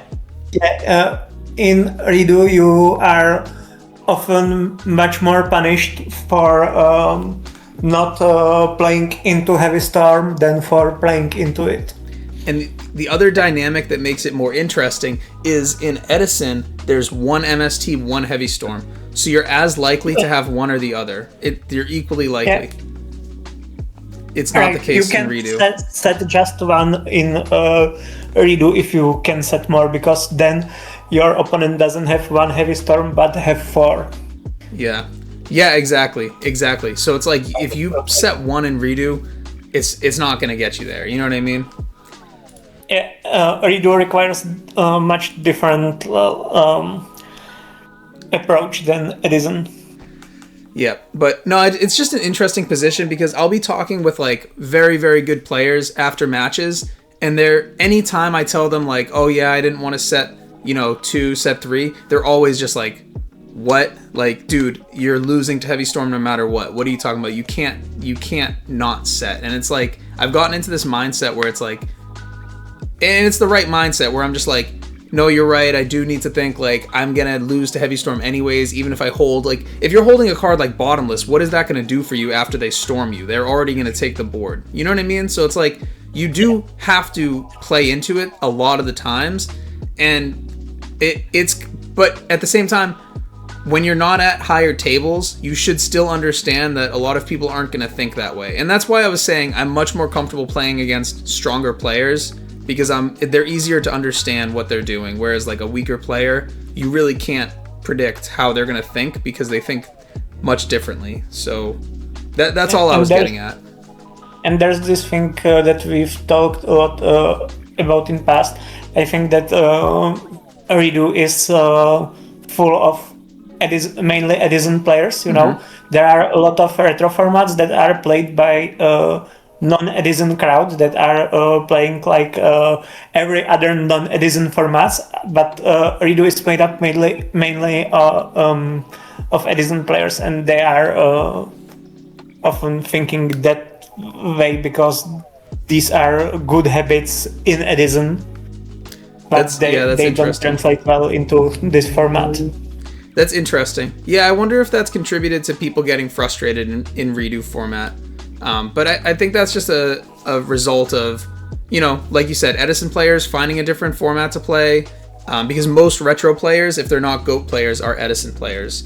And then they're gravitating towards this new format. And I'm all for it. I mean, there's tons of Edison players in this format, and they do very well, a lot of them. You know what I mean? There are people, like, I topped the Edison tournament, and there was a player who topped the Edison tournament and the REDU tournament as well. But he was playing Chain Burn, so I don't know if that counts. You know what I mean? Like, the deck plays itself, but, whatever. Yeah, but if you look at the list of REDU players by ranking, you will see that like in top 20, like more than half are generalists that play all the formats across the Yu-Gi-Oh history, because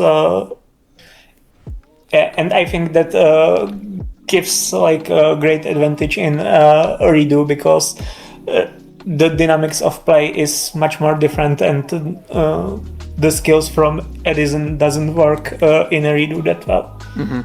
And by the way, I'm just joking about the Chain Burn top. Obviously, that's really cool because I know that guy doesn't actually play REDU format, and I know he's a good Edison player. I just like talking shit about Chain Burn specifically because of Bandit Keith. But yeah, and at least this Chain Burn guy actually played his top cut matches. Yes, so. Good chirp. That's well deserved. Yeah. That's completely deserved. These were basically first recorded top cut matches of Chain Burn in REDU. He actually played against my buddy Brogan in Top Cut. Yeah, I know. It was in top 4 and he beat him, right? It was in top 8. It was top 8, okay. Oh, no, wait. I'm sorry. No, it was top 4. It was top 4. You're right. It was top 4. He beat someone with He beat Dino Rabbit. He beat Dino Rabbit in top 8. Okay, Dino Rabbit. Yeah, I think even it was, and I don't know how to pronounce his nick, Patent. That Dino Rabbit guy. No, it wasn't. No, it wasn't the one that played, but he was the one who was informing me about that ongoing game. Yes. Yeah, he missed the top cut because he ended up X2. So yes, Paint Tent actually stayed with me in Pittsburgh. We had a pretty big Airbnb. There were like 8 of us, and Paint Tent is local to my area. And actually, I was hanging with him all weekend. He was awesome to hang with, and he finished X2 in Edison and X2 in REDU, so he came very close to topping both days as well. He did very well. He lost a feature match in Edison, but he still had a great day outside of like just 2 losses. He messaged me actually multiple times through the tournament, and it was always like something very hilarious. Like game day 1, he messaged me like that he's aura farming there by telling Rendos that he's my friend. He's a funny guy. Yeah, and day 2, he was like, bro, what have you done? I've played 2 rounds so far, and in both I faced 6 samurai. No, he's right. That is completely your fault. I guess it's my fault too, because we do these videos together, but I mean, you're the one winning with the deck, so it's mostly your fault. And you're right. He's right. They were everywhere, dude. I told you, it was tied with Wind Up for the second most representation in the tournament with 6 samurai. There were 12 of them. Like, I remember Sasha Egger. He went on stream and talked to Fraser and was like, "Oh my god, I remember this." I played against 36 samurais in a row, and it was funny because it was a recurring moment. He went there multiple times and said it like 3 or 4 times during the day that he played against 6 samurai in a row. he said he got Barkion summoned on him like 6 times.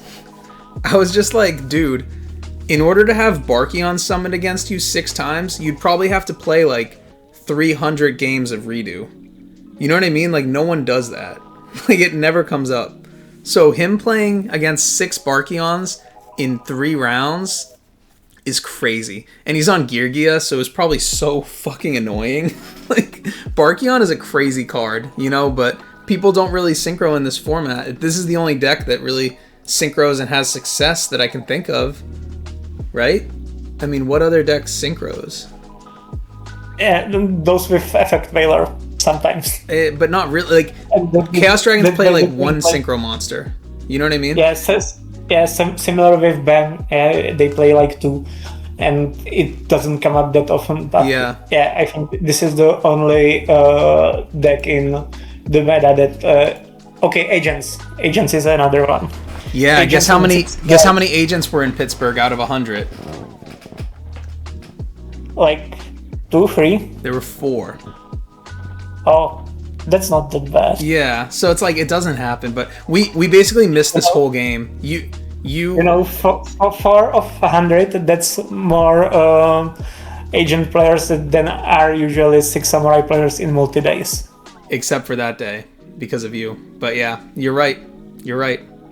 But yeah, I was that game, but there's nothing really to comment on. You know, you had a horrible hand, and he had his standard hand, and you know his standard hand is pretty good hand. So, and he Miracle Fusioned, and he just went for the game. I like him just going for the kill, honestly, because he should know you don't play Torrential, so there's almost no scary card for him to play into. Like, the worst case is like a Mirror Force, I guess. You know? That's the card that's scariest, and he still floats. Like, you were in a bad position, and he just took advantage of it. So Ricky takes that. Right. So you're actually X2 now. So you're X2 after 6 rounds. So there should be 1 more round of Swiss, I believe. Ooh. Right, and go ahead. And I was paired against Michael DeSantis, who actually won in Pittsburgh. Yes, the champ. So, very, very, very pleasant guy. Very nice person to play with. He was very chill, as he deck dev'd me for like 7 cards. You know, he was a very nice dude. So I'm very happy for him. So in order to top this one, I need to really deserve it by playing this match. And you win dice again, so I think that puts you at 5-2 on the dice rolls. That's exactly my score. Yep, and then, yeah, it just so happens to be your score. Yep. So you open Gateway. Gateway plus Double Edged and Shien plus Anishi. So he's in a bad spot. Can go to game 2. He's in a bad spot, but you could. I don't know. He could open Centipede plus Hornet, and you'll Anishi it back. Veiler on Kageki. He could Veiler the Kageki, that's true. He was on 3 Veilers in his deck. But he's got nothing, so yeah. Are you gonna Shockmaster him? It's a little awkward. Yeah. Shockmaster's just a little bit awkward.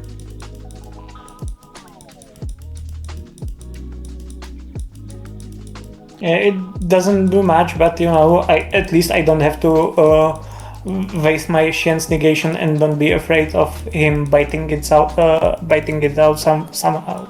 So he forces. This is interesting. So he's gonna force the negate, and it's interesting because this kills your double edged. But you have the Shockmaster, so it doesn't. You know, Shockmaster fuel it again. Yeah. So he's gonna. Yep, you're gonna Anishi, and then on your turn, probably what I would guess is that. Now it's interesting that you banish the Kagamusha because you could go Shockmaster, call traps, and then you could chain double edged, and then you could have gotten Mistworm, for example. Yeah, you could have gotten to your Kagamusha plus your Kizan. And then, but I want to bring 2 Kizans because I will call monster in order to be safe from Gors. Yeah. Okay, good. But yeah, that was pretty nasty. Winning dice definitely helps a lot. Actually, I'm curious what would have happened if you didn't win dice that game. I don't know what cards he was holding. But yeah, winning dice is really big in this format. Oh, he did have Gores. And he had Dark Armed. I mean, it doesn't... He wasn't going to put up a big board or anything. Yeah. I don't know what his 6th card was. It doesn't matter. Doesn't matter. Let's go to the next one. Okay, this is another strong hand. Yeah, it would need to be like Solemn Warning or something like that in this 6th card. Here's your macro. Alright, you're definitely going to blind space here. Anything you hit is good. Oh, Bottomless. This card sucks. I don't even know if he should have the Bottomless in against you. Okay, so you're free to do as you please now. It's not the strongest hand from you, you know? Yeah, that's true. But you have 3 negates, so you basically just need to dodge Tour Guide right now. Otherwise, if it's not Tour Guide, you're in a good spot. Oh, that you win now. You definitely win from here because you just have Barkion for any back row, and then macro makes everything unplayable. He needs Gores, you know. Yeah, and I will also have Anishi up now for Tour Guide. So, and Gores, he would have to top deck it now. So. Yeah, this one's over. If he has Solemn Warning, he needs to Solemn Warning. It looks like it's a Judgment. Oh, it's a Compulse. Yeah, this one's over. It's very over. Ooh. Okay. He's got the Veiler. What did he... and I didn't have my macro up. That's a mistake. So. That's a mistake on your part. Macro should be up already. Yeah. Yeah. Ouch. Yeah, that was guaranteed game right there. It wasn't because Anishi can't bounce face down. Yeah, I just mean you're guaranteed in a winning position is what I mean. Yeah, that's true. Yeah, the macro definitely needed to come up, but you're probably still winning this. Yeah. You could have even been aggressive and tried to win attacking with the Kagemusha because it swings over like Raikou, but you're probably winning. Yeah. Because you have the Anishi live, it's not very pleasant to play through that. Oh, he had Dragonfly, but the macro took away his Ladybug. So I wonder why he didn't try putting the Dragonfly down. Maybe he didn't have it. But also, you have the Anishi, so like, having this Anishi... whenever he summons Insector Monster, it gets bounced, so... But you only have enough to do that one time. You know what I mean? So... he can burn it once, and then he can't do it again. Yeah, but one turn is all I need. Yep, yeah. No, that was pretty dominant. The macro obviously looking really good right there. This card is very important in the Insector matchup, like I was saying earlier. Okay. This guy plays Chaos Dragons, I believe. So this is your extra round, like your round of 16, right? Your extra? Yeah. This tournament has, different structure. Yeah. It was played the way that... there were 4 X1 players, and they got basically bye in this extra round. And then there were 8 X2 players, and we had to play basically to, earn the top cut spot. No, this is the perfect example of this structure working, right? Right. This was great in this regard, and I ended up 8, so my opponent ended up 9. So I'm getting like you're earning that like tiebreaker luck. You know what I mean?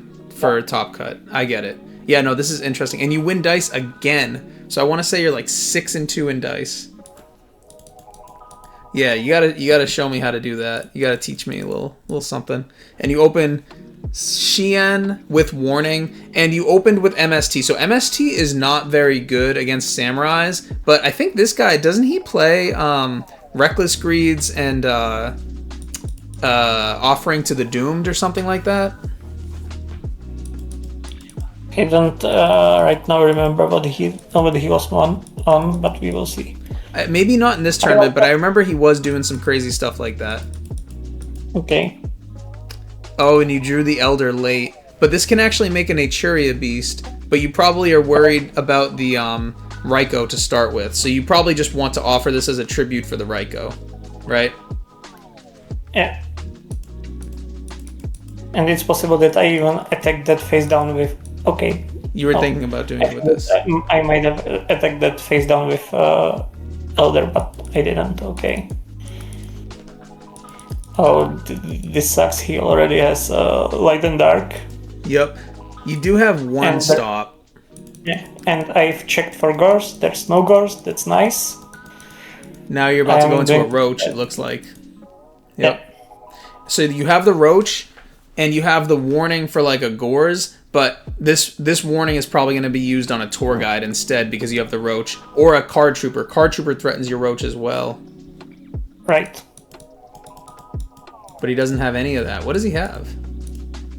Veiler. Oh, he doesn't have the... So he's scared to activate the recharge under Shien, but he could have tried baiting out your back row with an MST, and then maybe he would have gotten the recharge off, and then now this is dealt with by the Roach, but maybe he could have found like a Card Trooper, you know? I guess he's in a losing position anyways.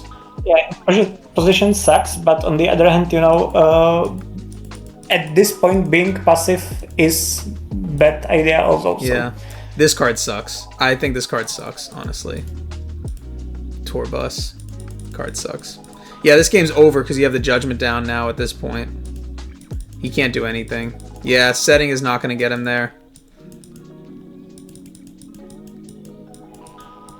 Okay. There's a little bit of hope. Now, that's interesting because you could... Nah, you probably want to keep your Shien. That makes sense. Because you have double warning now. This one's so over. Yeah, I have all 3 Solemn cards. And he missed. And he missed. He missed all 3, so... Yeah, that's so funny.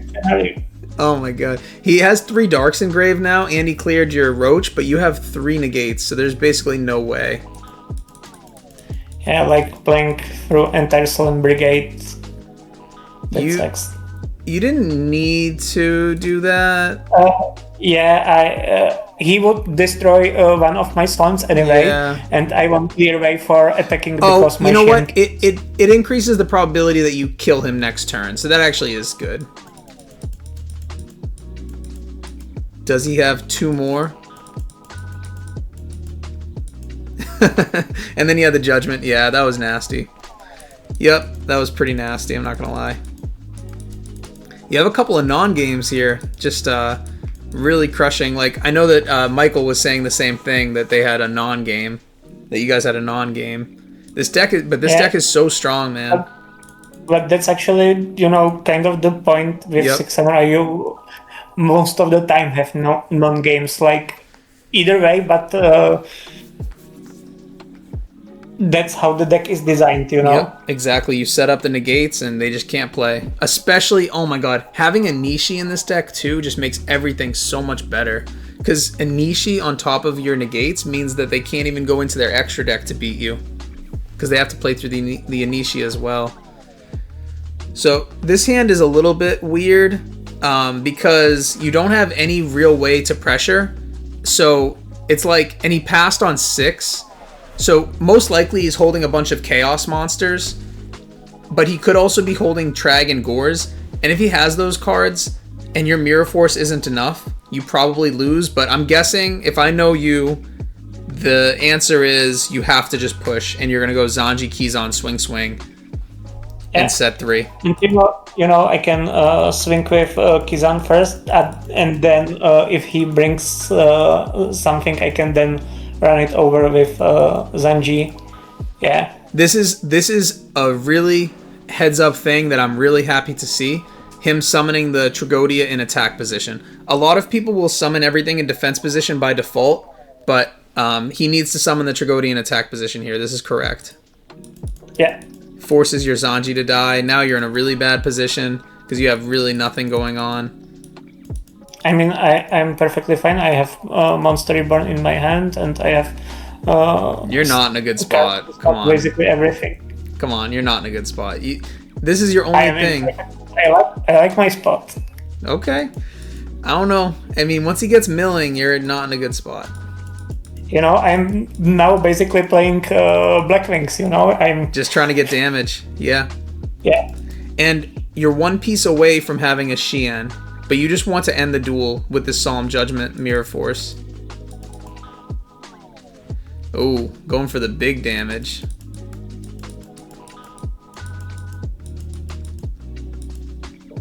And he has the Gores. Well, you forced him to drop it there, kind of. He could have taken one more, but that's probably a bad idea.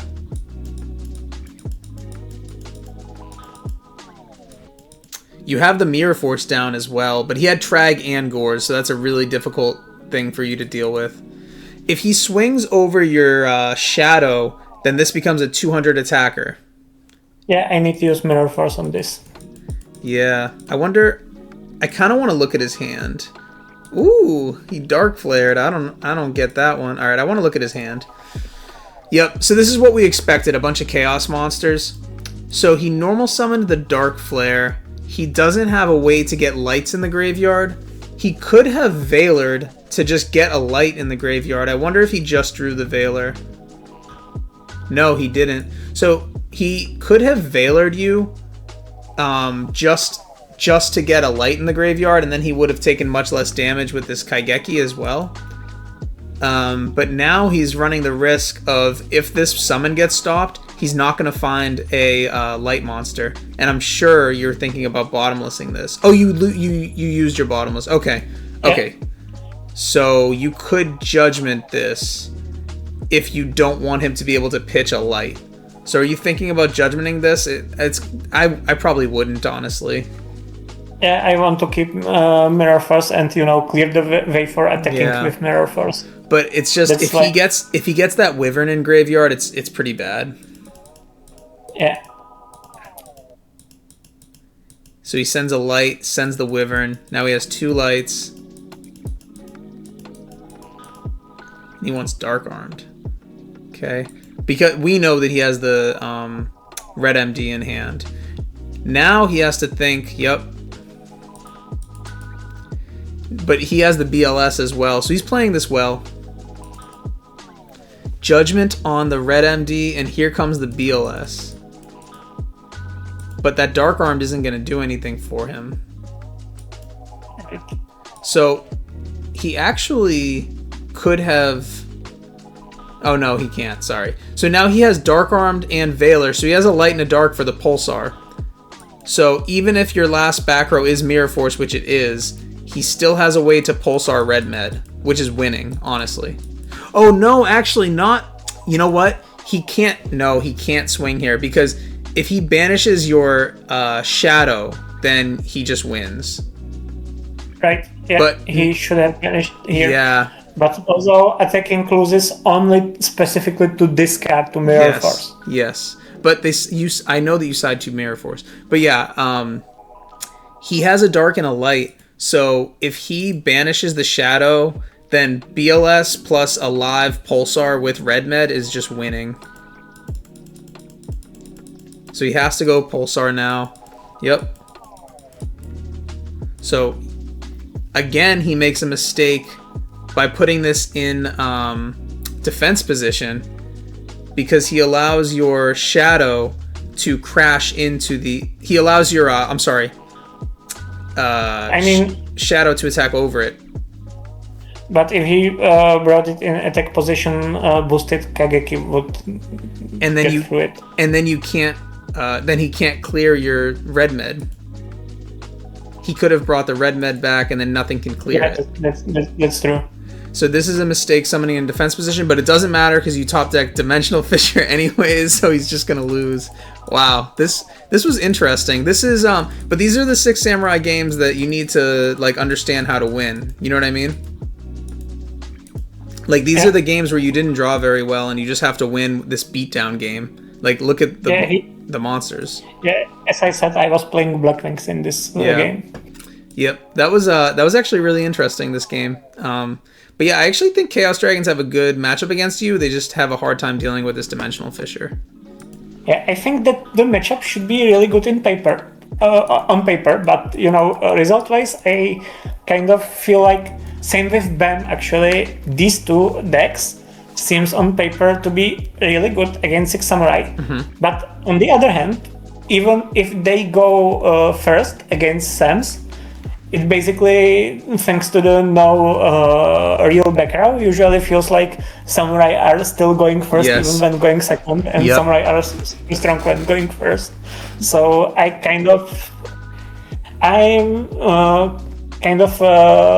thinking about these matchups lately as not as bad as they originally seemed to be.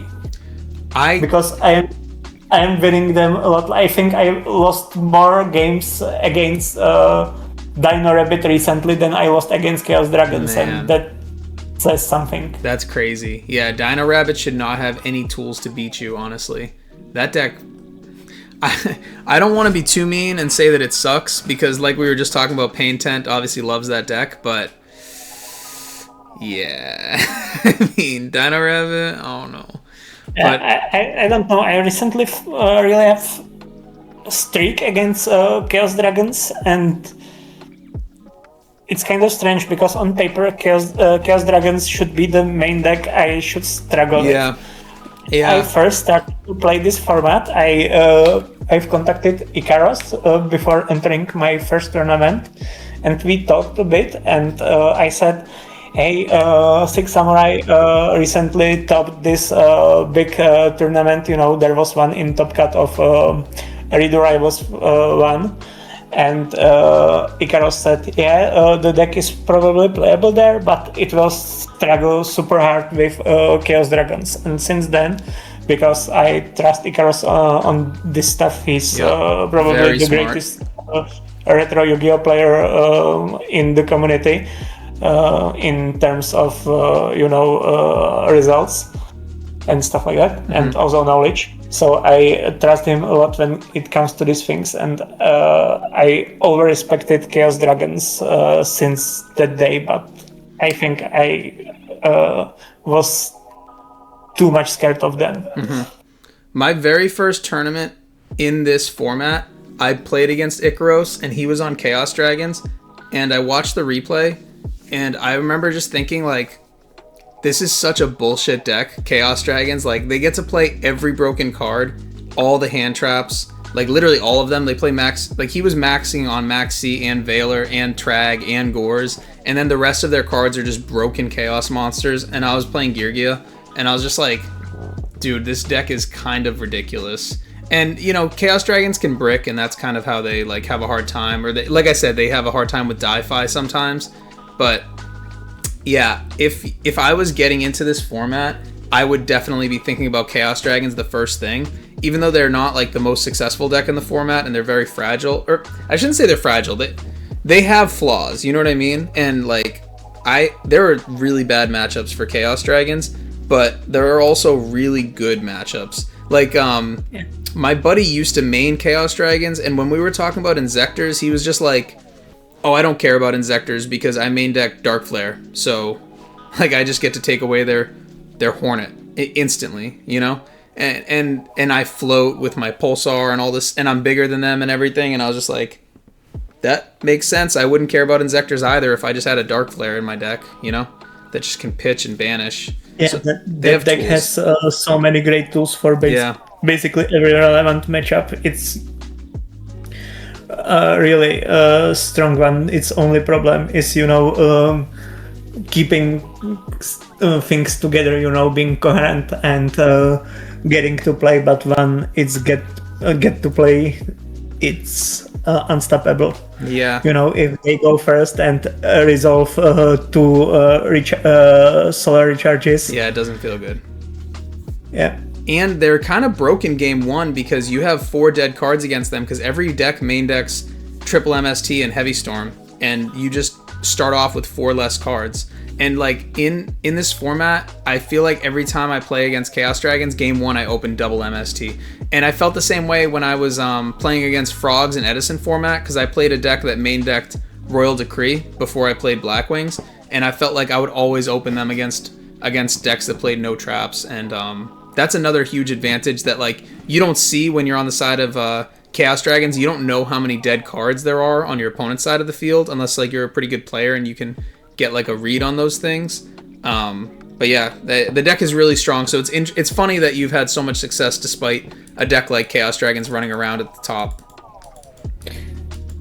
Although you said it's not one of the most successful decks, it actually is. It's one of the decks that are in the club of decks that have more wins than windups and Okay.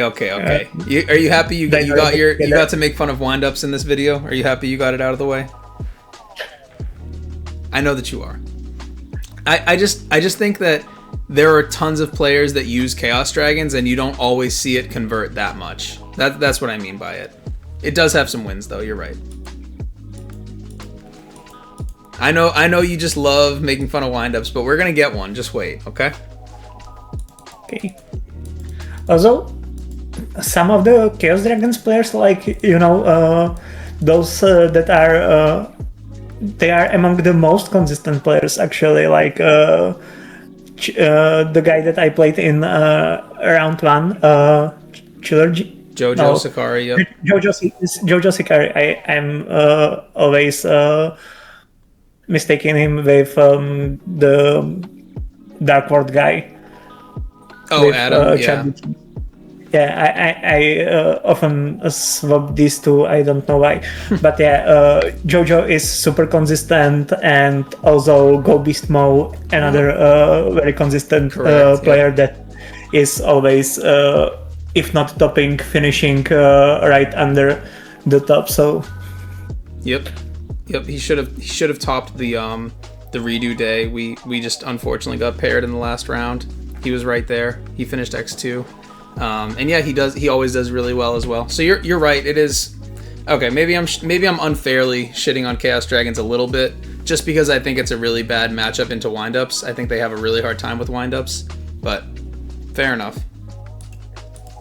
So your opening hand, you just decided to slam all the cards on the table. Are you thinking about Shockmaster here? You're up against frogs.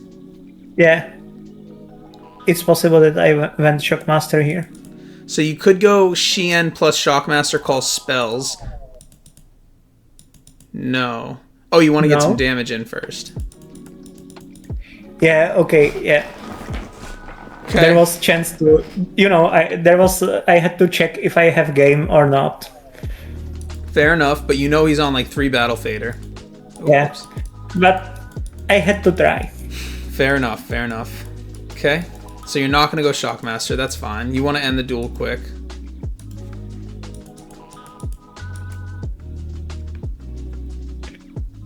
Okay, this forces negation. You have to negate that, yep.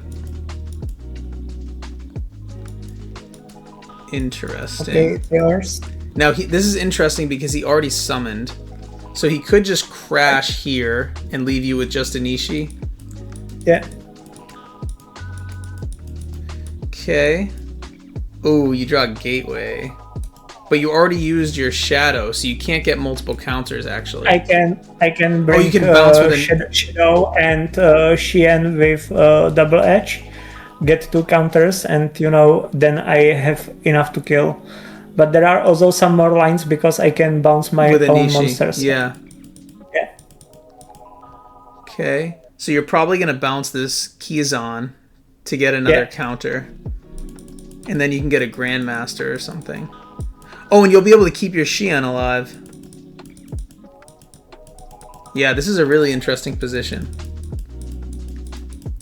And now on the end phase, you could keep your Kizan alive. And you could also... This is already enough for game, because this is 4,086, yeah. So you don't even have to do the boost with 2 counters. Oh, he doesn't have the Fader and you just win. I feel like you stole that game. I want to see what he had. That was interesting that you got the kill right there.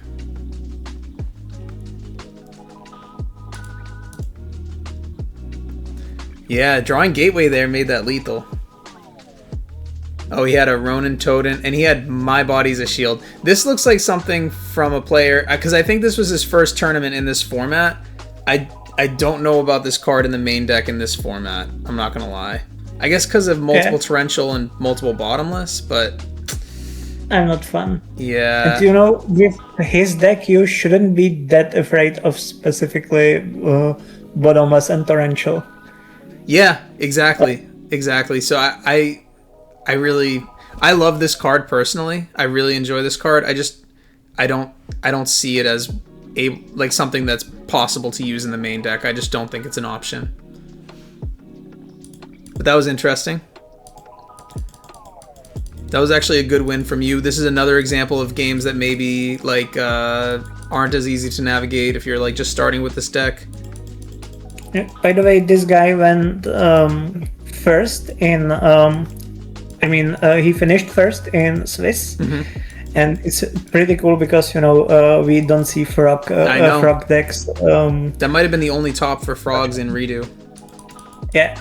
My teammate from War League, Claude, he's big believer in this deck specifically. He even played it 1 week in War League. He beat, I don't remember who, from Interaction Enthusiast team. Nice. And he's big believer in frogs in REDU, and was telling me that this deck is really good, that I shouldn't underestimate it. So before we played this match, I actually consulted with him siding patterns and stuff, and yeah, that's cool. Thanks to Claude, I came here well prepared. Yeah, it's funny. I actually am normally not a huge fan of frogs in general, but it is kind of cool to have a deck like this in the meta, and I do kind of like seeing a deck like this succeed because its strategy is very different and it plays cards that you're not used to playing against. Like, you don't see enemy controller in this format, you don't see creature swap, you don't see Caius, you definitely don't see Obelisk. So, and actually I think Ronin Totem is one of the few cards, the few frog monsters, that is very cool. I think Ronin Totem is a very, very cool card. So I was actually kind of rooting for him during his run. Obviously not against you, but in general, like to make top cut and everything, I was actually pretty happy to see this. Yeah, there was this single elimination tournament on DB in REDU format, and the guy that was playing REDU for the first time, Ultra, he said this is my second match in this format. Someone is already summoning Obelisk. What the fuck is this format? Yeah, and Tamer was making fun of it. It was pretty funny, actually. I saw that screenshot. Yeah, that was pretty funny. Ultra is actually my teammate in Firewater War League. I didn't really play that much in Firewater War League, but I saw those guys in the team chat in War League. But yeah, you open with again, not a great hand, and this is so funny. You have the rivalry. So I've played against this deck one time, I believe. I was playing against Tamer just in a casual match, and I think I was playing a deck that could side rivalry. So I was probably playing Girgia or something like that. Maybe I was playing Dragoonity. Who knows? But I remember thinking like I'm gonna side in the rivalries, or maybe it was Gozen if it was Dragoonity, and I remember thinking like, oh my god, he can Mobius under rivalry, because they're both aquas. I think it's like Treeborn is an aqua, Ronin Totem is an aqua, and Mobius is an aqua, and it's a water. So he can go into Mobius through rivalry and Gozen, which is a very underrated interaction in this deck, because rivalry is obviously cringe and floods people out, but you have a really good answer to that with this frog deck. Yeah, this was a thing that Claude warned me about. Yeah. That rivalry isn't a universal answer to his deck. But once we evaluated my site, we found out that I should bring it anyway. Yeah. So I did. It helps with Caius. I mean, it helps a lot, honestly.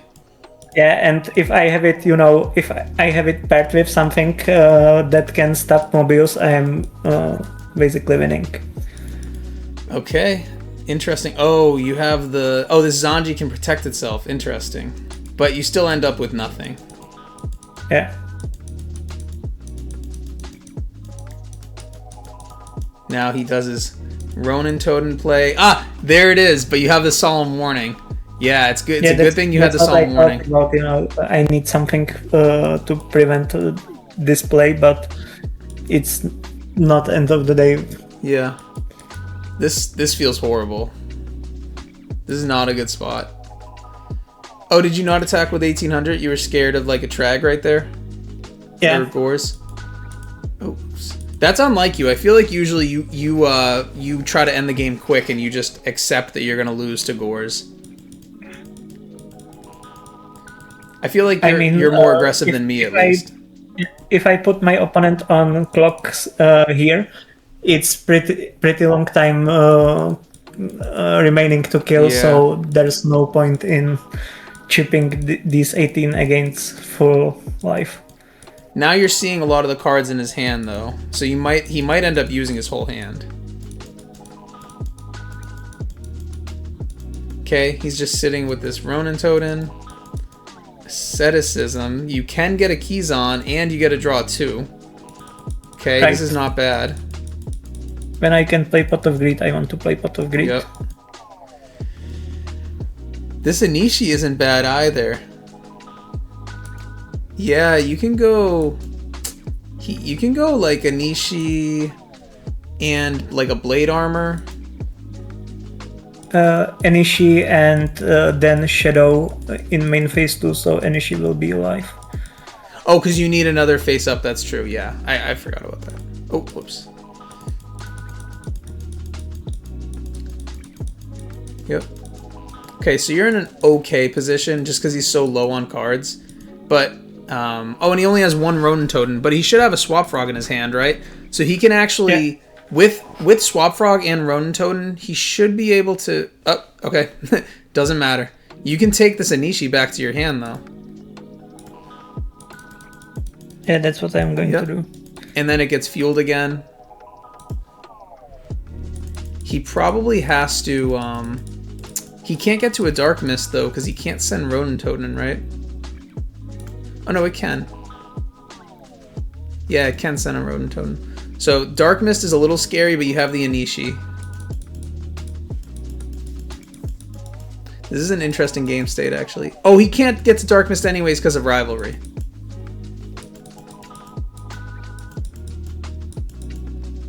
Oof, okay.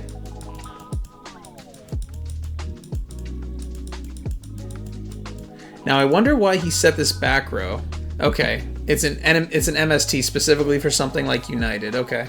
That makes sense. Yeah, but he can also get rid of my rivalry in reaction to something. So now he's gonna get to his Dark Mist. His Dark Mist is really good. You're just gonna have to draw 2 and pray, and you draw a rivalry. That's so funny. But he's gotten his Dark Mist on the board at this point. Yeah. And sadly, it's dark, so I can't answer it with Catastrophe or something like that. So you don't have a good answer to it at all, and you can't get to Catastrophe with the rivalry up, anyways. Yeah, you're actually in a losing position. Yeah, I just bring Xian and I accepted losing this. Yeah, that was just a concession, basically. That was actually a pretty interesting way that game went. This is not a great hand either. Oh, you have... Never mind. My bad. You have double... I have 2 Pot of Greeds. Yeah. Like, how can my hand be considered bad? Yep.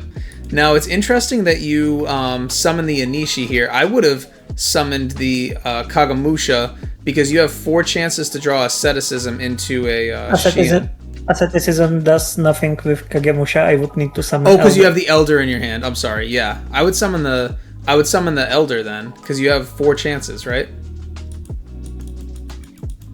You just decide I'll go Xian turn 2 because you have these 2 together? Yeah. I mean... you drew the Asceticism. So yeah, if you did... Go ahead, sorry. Yeah, the play that you suggest would end up working better. Yeah, the play that I was saying, you would have ended up with Xian plus Keyzon plus Solemn Warning plus Dimensional Fissure. And if you... And yeah, you would be able to double-edged. The double-edged wouldn't be that good, actually, but... It would be good, because I would... You would push for game with Warning.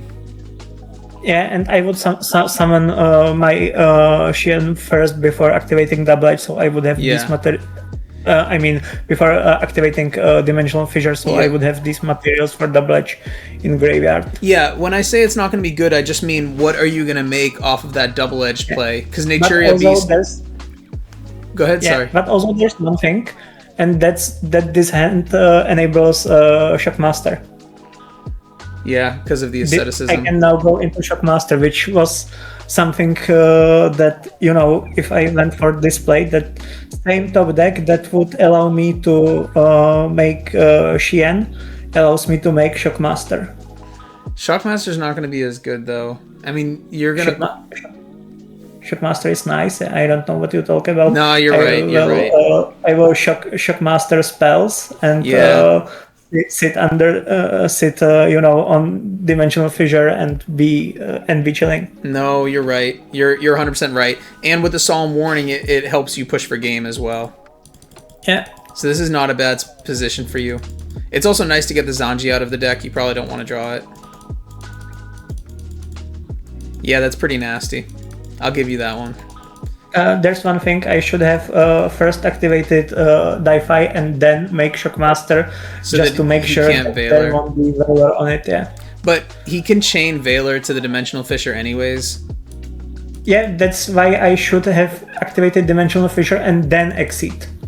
Oh, I see. That's correct. Yeah, you're right. You definitely should have done that. Oh boy, you're just saying I'm gonna asceticism and kill him, huh? Because you can get the keys on. And you already called monsters, so this game's just over. Yeah, that's just game. Oof, that doesn't feel good. I bet he has faders in his hand. Oh, he doesn't even have fader. Ah, he has this My Body again.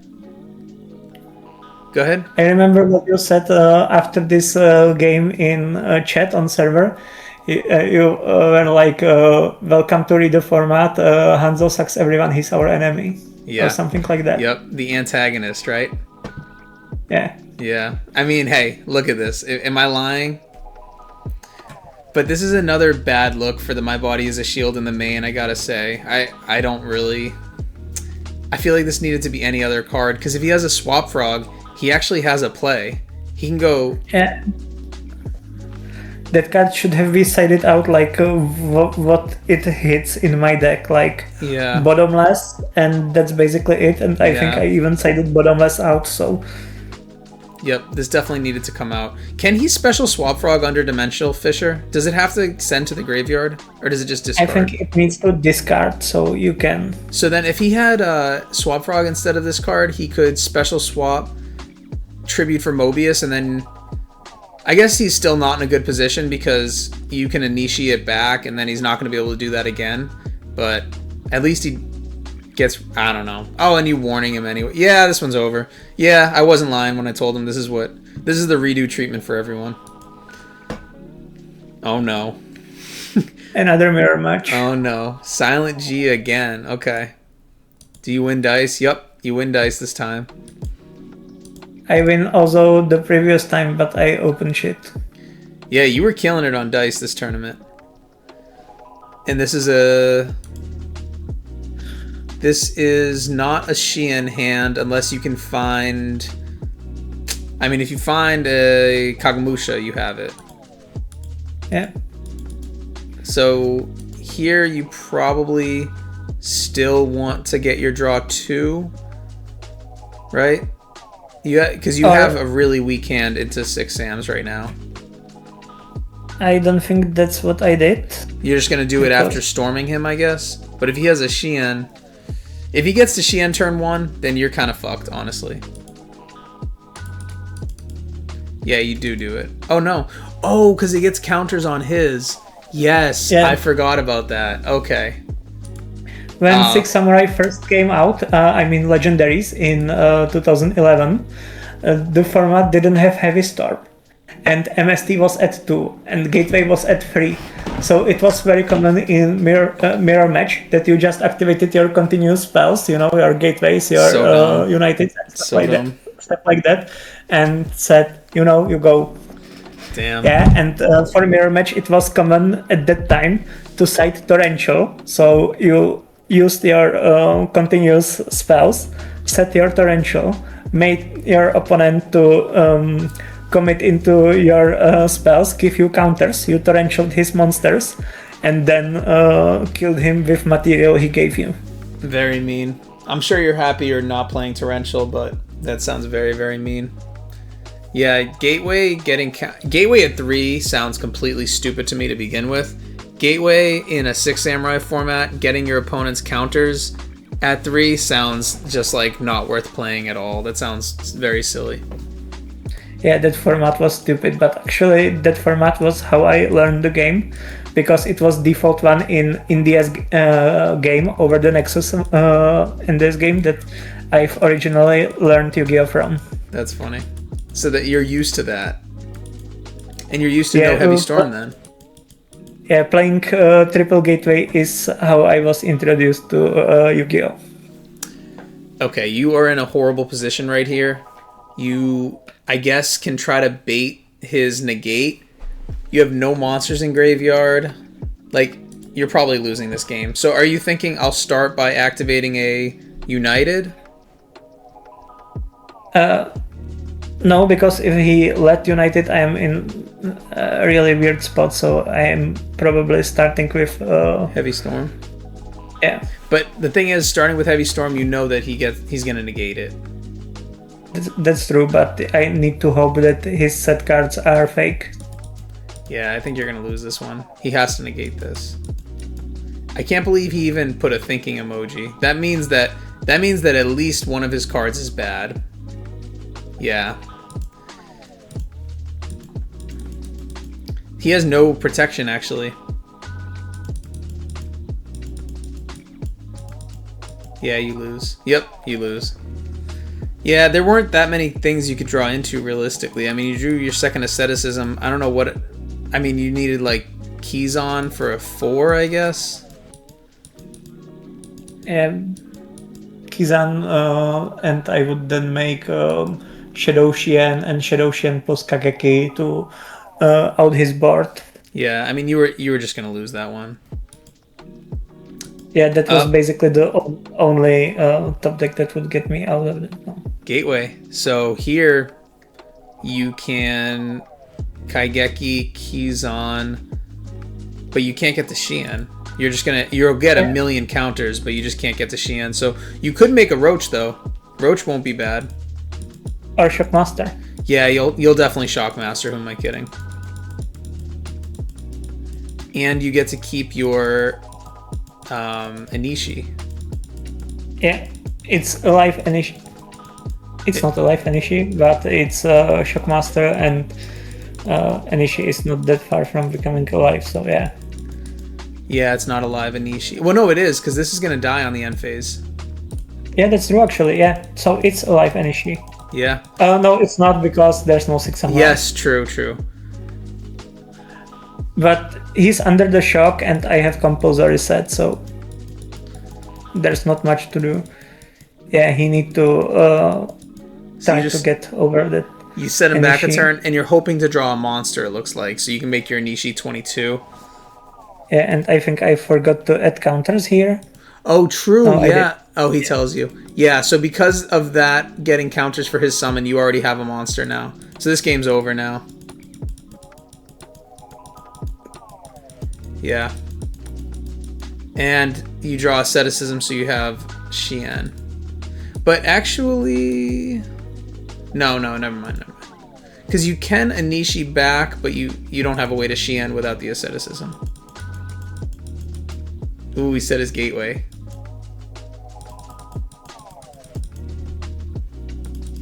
But this is what people do under Shockmaster. You call spells and then they set all their spells, see? I always talk to you about this. People do this all the time under Shockmaster in the hopes of you calling traps. Oh, and you did call traps. I mean, I'm going for games. Yeah, so, you're gonna kill them. You're saying traps is perfectly fine. Yeah. And this might be game through... That might have been game through Book of Moon as well.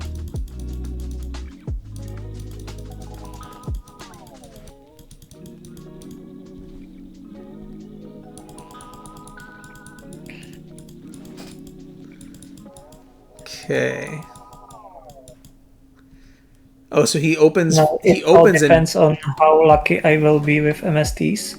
well, he had to set 3, so he opened pretty bad if he didn't put any monsters down. So what kind of cards could he have in his hand if he didn't put any monsters? Like, I guess it would be like 1 out of 2 pieces to a Shien, and then just a bunch of traps and maybe a continuous spell, right? Yeah, it can be something like that. We can check actually. Yeah. Yeah, This double is weird. asceticism and the reborn.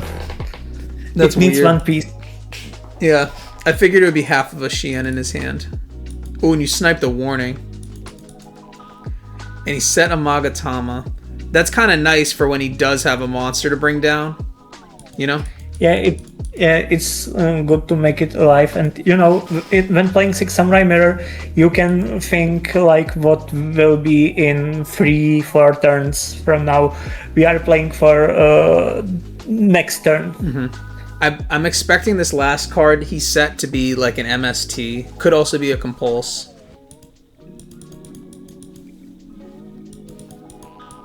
Yeah, it's probably an MST. I don't think he would keep Bottomless, right? Oh, it's double-edged. Okay.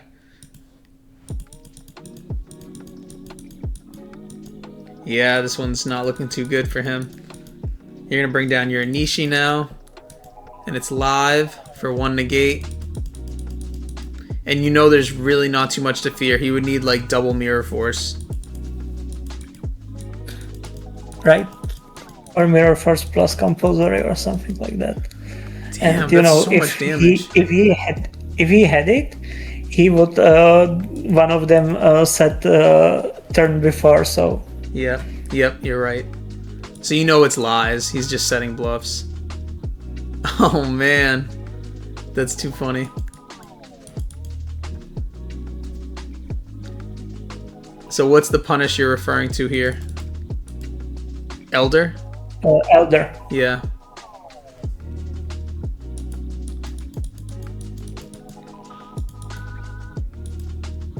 Oh boy, okay. Oh, but this doesn't help because he has to reborn your monster and you're just gonna initiate. Right. Yeah. But if you initiate, he can chain the asceticism. No, I'm not gonna initiate that monster that he's summoning. I'm gonna initiate itself by banishing it. Oh, right. I see. Yeah, that's smart. You'll target it and then you'll pay the cost with that monster. I get it, yeah. Wow. Well played. That was kind of crazy. That was actually pretty cool to see at the end, but yeah, he just didn't have a monster, you know? Yeah, these mirrors were horrible, every time one of us breaked and the other did war crimes, so. And now you've made it to another finals, and I believe you are up against Chaos Dragons. Right. Yeah, he was going to be waiting a couple turns to get some help, but you just killed him too quick.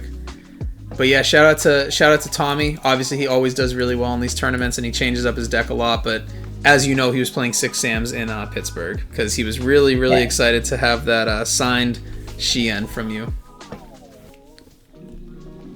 Also, in multi-days, he played Six Samurai 2 times, and in both cases made top 4. So when I was talking with him leading up to the tournament, he kept saying he wasn't sure what he was gonna play, and I was just like, bro, are you serious? Like, stop. Like, I was just like, dude, you're kidding yourself. You literally are coming off of like a really great run on Six Samurais where you made top 4, and you have Hanzo's Shien. Like, I know for a fact you're going to play Six Sams. I just kept letting him say, okay, I don't know what I'm playing, but I'm like, bro, I know exactly what you're playing. I knew all along he was going to play Six Sams, especially coming off of that great win, and I know that he loves the archetype, and I know that he, is always chatting with you and wants to, and he just likes the deck, so I was expecting him to play Six Sams. Yeah, we've talked about the deck a lot prior to this multi-day tournament, and also against prior to Pittsburgh. Mm-hmm. I was actually in contact with 2 more players that were playing Six Samurai in Pittsburgh. I even gave them updated list, not the one that I using in this tournament, but the one that I've updated based on experience from these past few tournaments where I played this one. So, is one of those Macroom, my buddy Sean? No, Macroom didn't contact me, so we didn't talk about Six Samurai at all. But I think he already played it enough to kind of understand some things and have some strong opinions himself. So he was on Six Sams at Pittsburgh. I traveled with him as well, and he was on Six Sams. But I don't think that it went so well. I can't remember what happened, but I think that he lost early.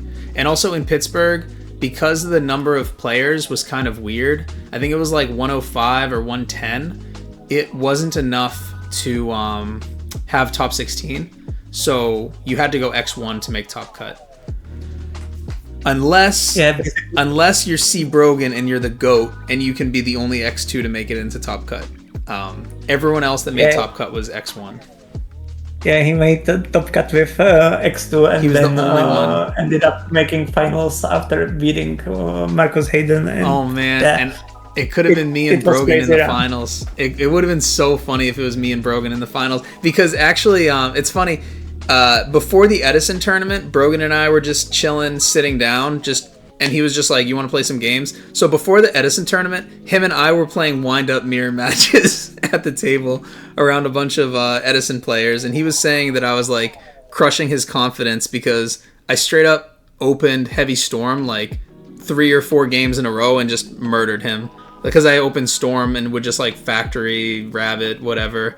And he was like, dude, I didn't even want to play wind-ups after that. And then he went and had an amazing run with wind-ups. So shout out to Brogan for doing what I couldn't do. I didn't bring windups to top cut, but he did.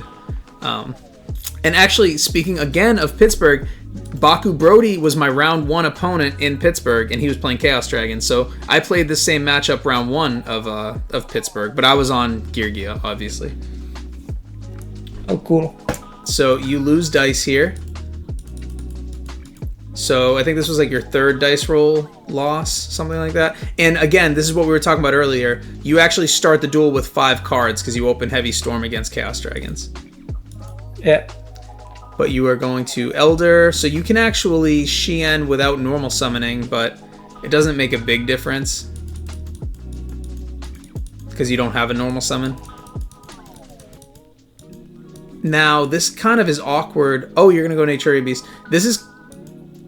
Oh, so, okay. So I was going to say, this is kind of awkward because you expect this to be a Raikou. So if you were to go Shien, you kind of have to reborn your Kagamusha to change the target.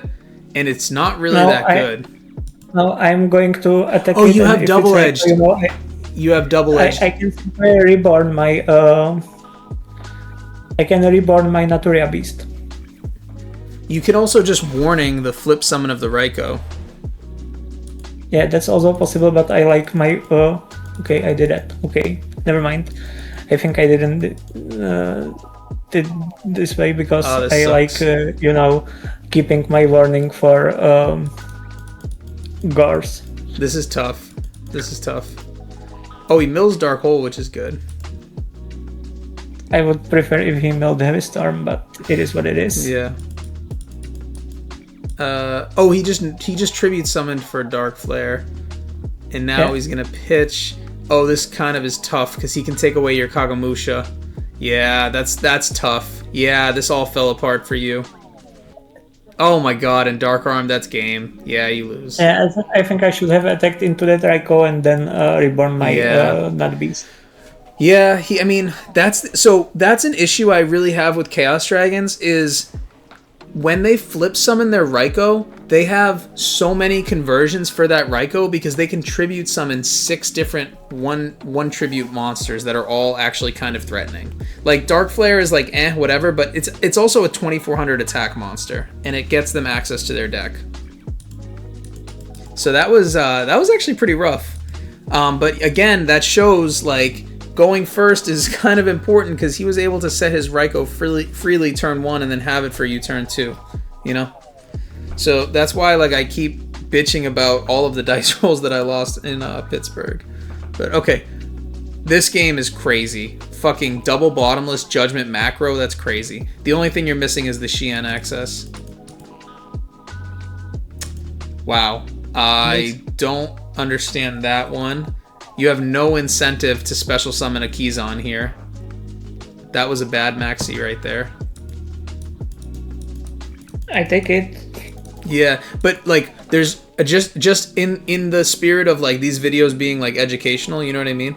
The reason why you would max C on a normal summon Samurai is so that you can't special the Keyzon inherently and lose your opportunity to max C. But when you don't activate a United and you don't activate a Gateway, there's nothing encouraging you to even do that. Like, if you special summon a Keyzon, what does that accomplish? You're gonna overlay into a Roach or something? Like, your opponent has 6 cards, so like any Raikou, any Card Trooper, any Tour Guide, and they play what, a total of Charge, 3 Raikou, 2 Card Trooper, 2 Tour Guide. What is that? 8 cards that they have to out it. Night Assailant, so it's 9. Yeah, so it's like, what is the point of that max C? It really does nothing for him there, and it looks so mid, honestly. And he had the Raikou, so what was the point? Why did he need to do that? Yeah, I don't get that one. I guess his max C is officially dead now, so it didn't matter. Oh, he had 2. Okay, all right, it's because he had 2. Okay, it makes sense. When he had 2, it's you know. You kind of have to use them at some point, and you don't want to miss good opportunities. He drew 2 maxis. Okay. It's still pretty bad, but okay. I just don't think it's a very good card in the matchup in general. Gets rid of your macro, that makes sense. And he mills the Storm. You love to see that. You have Judgment down anyways, but you still love to see it. And now after Storm is away, I am not attacking into possible, Gores. Yep. Gores, right? You probably have to Judgment this, because you don't have anything else. And you know that Heavy Storm isn't there anymore. So you're actually up 2 cards because of that -1 max C. And this is not a bad draw at all, because it gives you Synchro Axe. Oh, it gives you Xian because you have the Smoke Signal. Okay. Right. Okay. And you have Zanji to attack through a Gores. This is interesting. Gores is still pretty rough, but you do have a Zanji. Oh, whoops.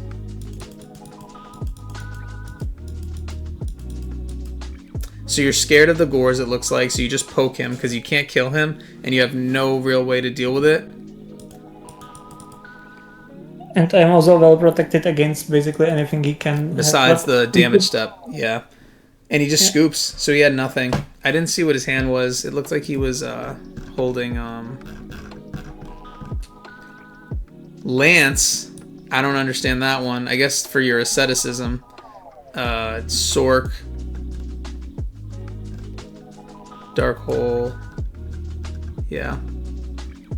Okay. Yeah, Lance is a dead card. I don't know about that one. Yeah, it definitely shouldn't be in his deck in this. The only thing that it's like has some merit with is your asceticism. But I mean, I think anything else is better, honestly. Max C is better in that case, you know? Yeah. I don't believe that his side deck didn't have less dead cards. Yeah. I think that he's new to the format, but I mean, he made finals. I mean, we have to give him his credit. And man, you have the Iroh going back to Pittsburgh again. My buddy, I was talking about the changes that he made to your deck. He was main decking Iroh, and he hit me with the Iroh game 1 on my armor. It did not feel good. I'm not gonna lie. We talked about it with Silent G. He said that he expects a lot of Girgia there. He was right. So so if he should main deck this card, you know, Iroh. and I was telling him to not to do so, that it's really not worth it. That Iroh isn't Silver Bullet in that matchup. It's just, you know, useful card that happens to be part of the engine, but it's not Silver Bullet against decks that use flip monsters. So it's very good. It's very good into things like Raikou and armor. It's not like you just win, because I could just go Gigan, you know? but it's not worth it to main it with the possibility of it being, 1700 vanilla. Yeah, I get it. I'm just saying, like, it was very strong and it hurt me really bad. Obviously, I don't have the reps on the deck that you have, but with how much Gear was played in Pittsburgh, I definitely understand that there's merit to it. But yeah, you open this duel with Roach Fisher, which is... Oh, and this is game 3 of the finals. So this is not the strongest position because he plays... Card Trooper is not an out, and you already burned one of his Rykos, but you're weak to Trag right now. You're very weak to Trag. I will have to attack into track, Oh, so you don't even attack. Yeah. Chaos Trap Hole, that's awesome.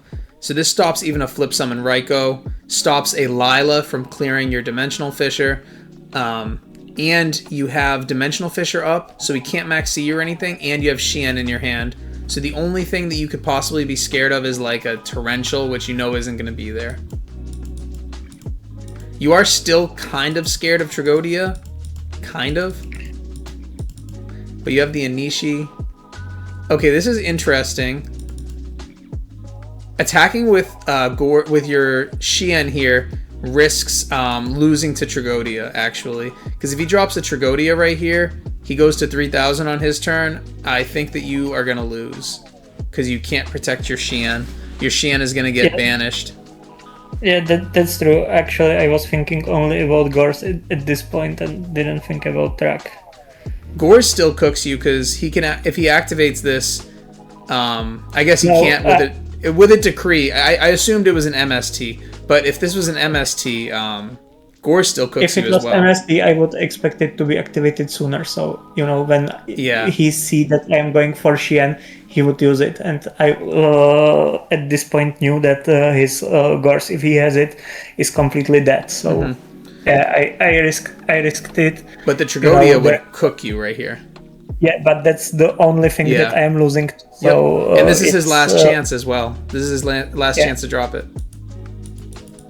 And he does not have it, so now you're basically in a winning position. This Chaos Trap Hole could do a lot, but I think this Dimensional Fissure, like we've been talking about, is what's really going to do it. So now you're considering, do I want the Xian negate, or do I want the Chaos Trap Hole? That's basically the decision here. Right. So, and the Dimensional Fissure stays up no matter what. So the Xian negate would be for a recharge to help his hand, or a recharge recharge can be activated under fissure. Charge can be. Yeah. But charge is at 1. So he and it doesn't really do anything for him because Lila's not going to help him really. And so it's basically, do I want to play around Dark Hole recharge, or do I want to play around what would the Chaos Trap Hole hit? This is gonna hit like a tour guide. Tour guide, and that's it. Yeah. So you say, okay, that's fine. Yeah. I don't want to get Dark Hold. Let's see if that was the right decision. He had Heavy Storm, but he didn't have anything. Oh, you know what? If he Heavy Stormed, but it doesn't matter. It's too late for Gors anyways. He doesn't have anything. That's one thing, and there won't be then. I would lose also my die-fi. Yeah, that's true. This way I at least die-fi. This one's over anyways because you just normal summon the Anishi and he can't kill your Xian. Right. Oh, and you have the Asceticism too. And then you keys on anyways. Yeah, here the game's frozen and but if I was sharked by opponent not allowing me but it didn't matter. Even if you just normal summon the Anishi, you just win anyways. Yeah, exactly. Wow. And just like that, another victory for Hanzo on 6 Sams.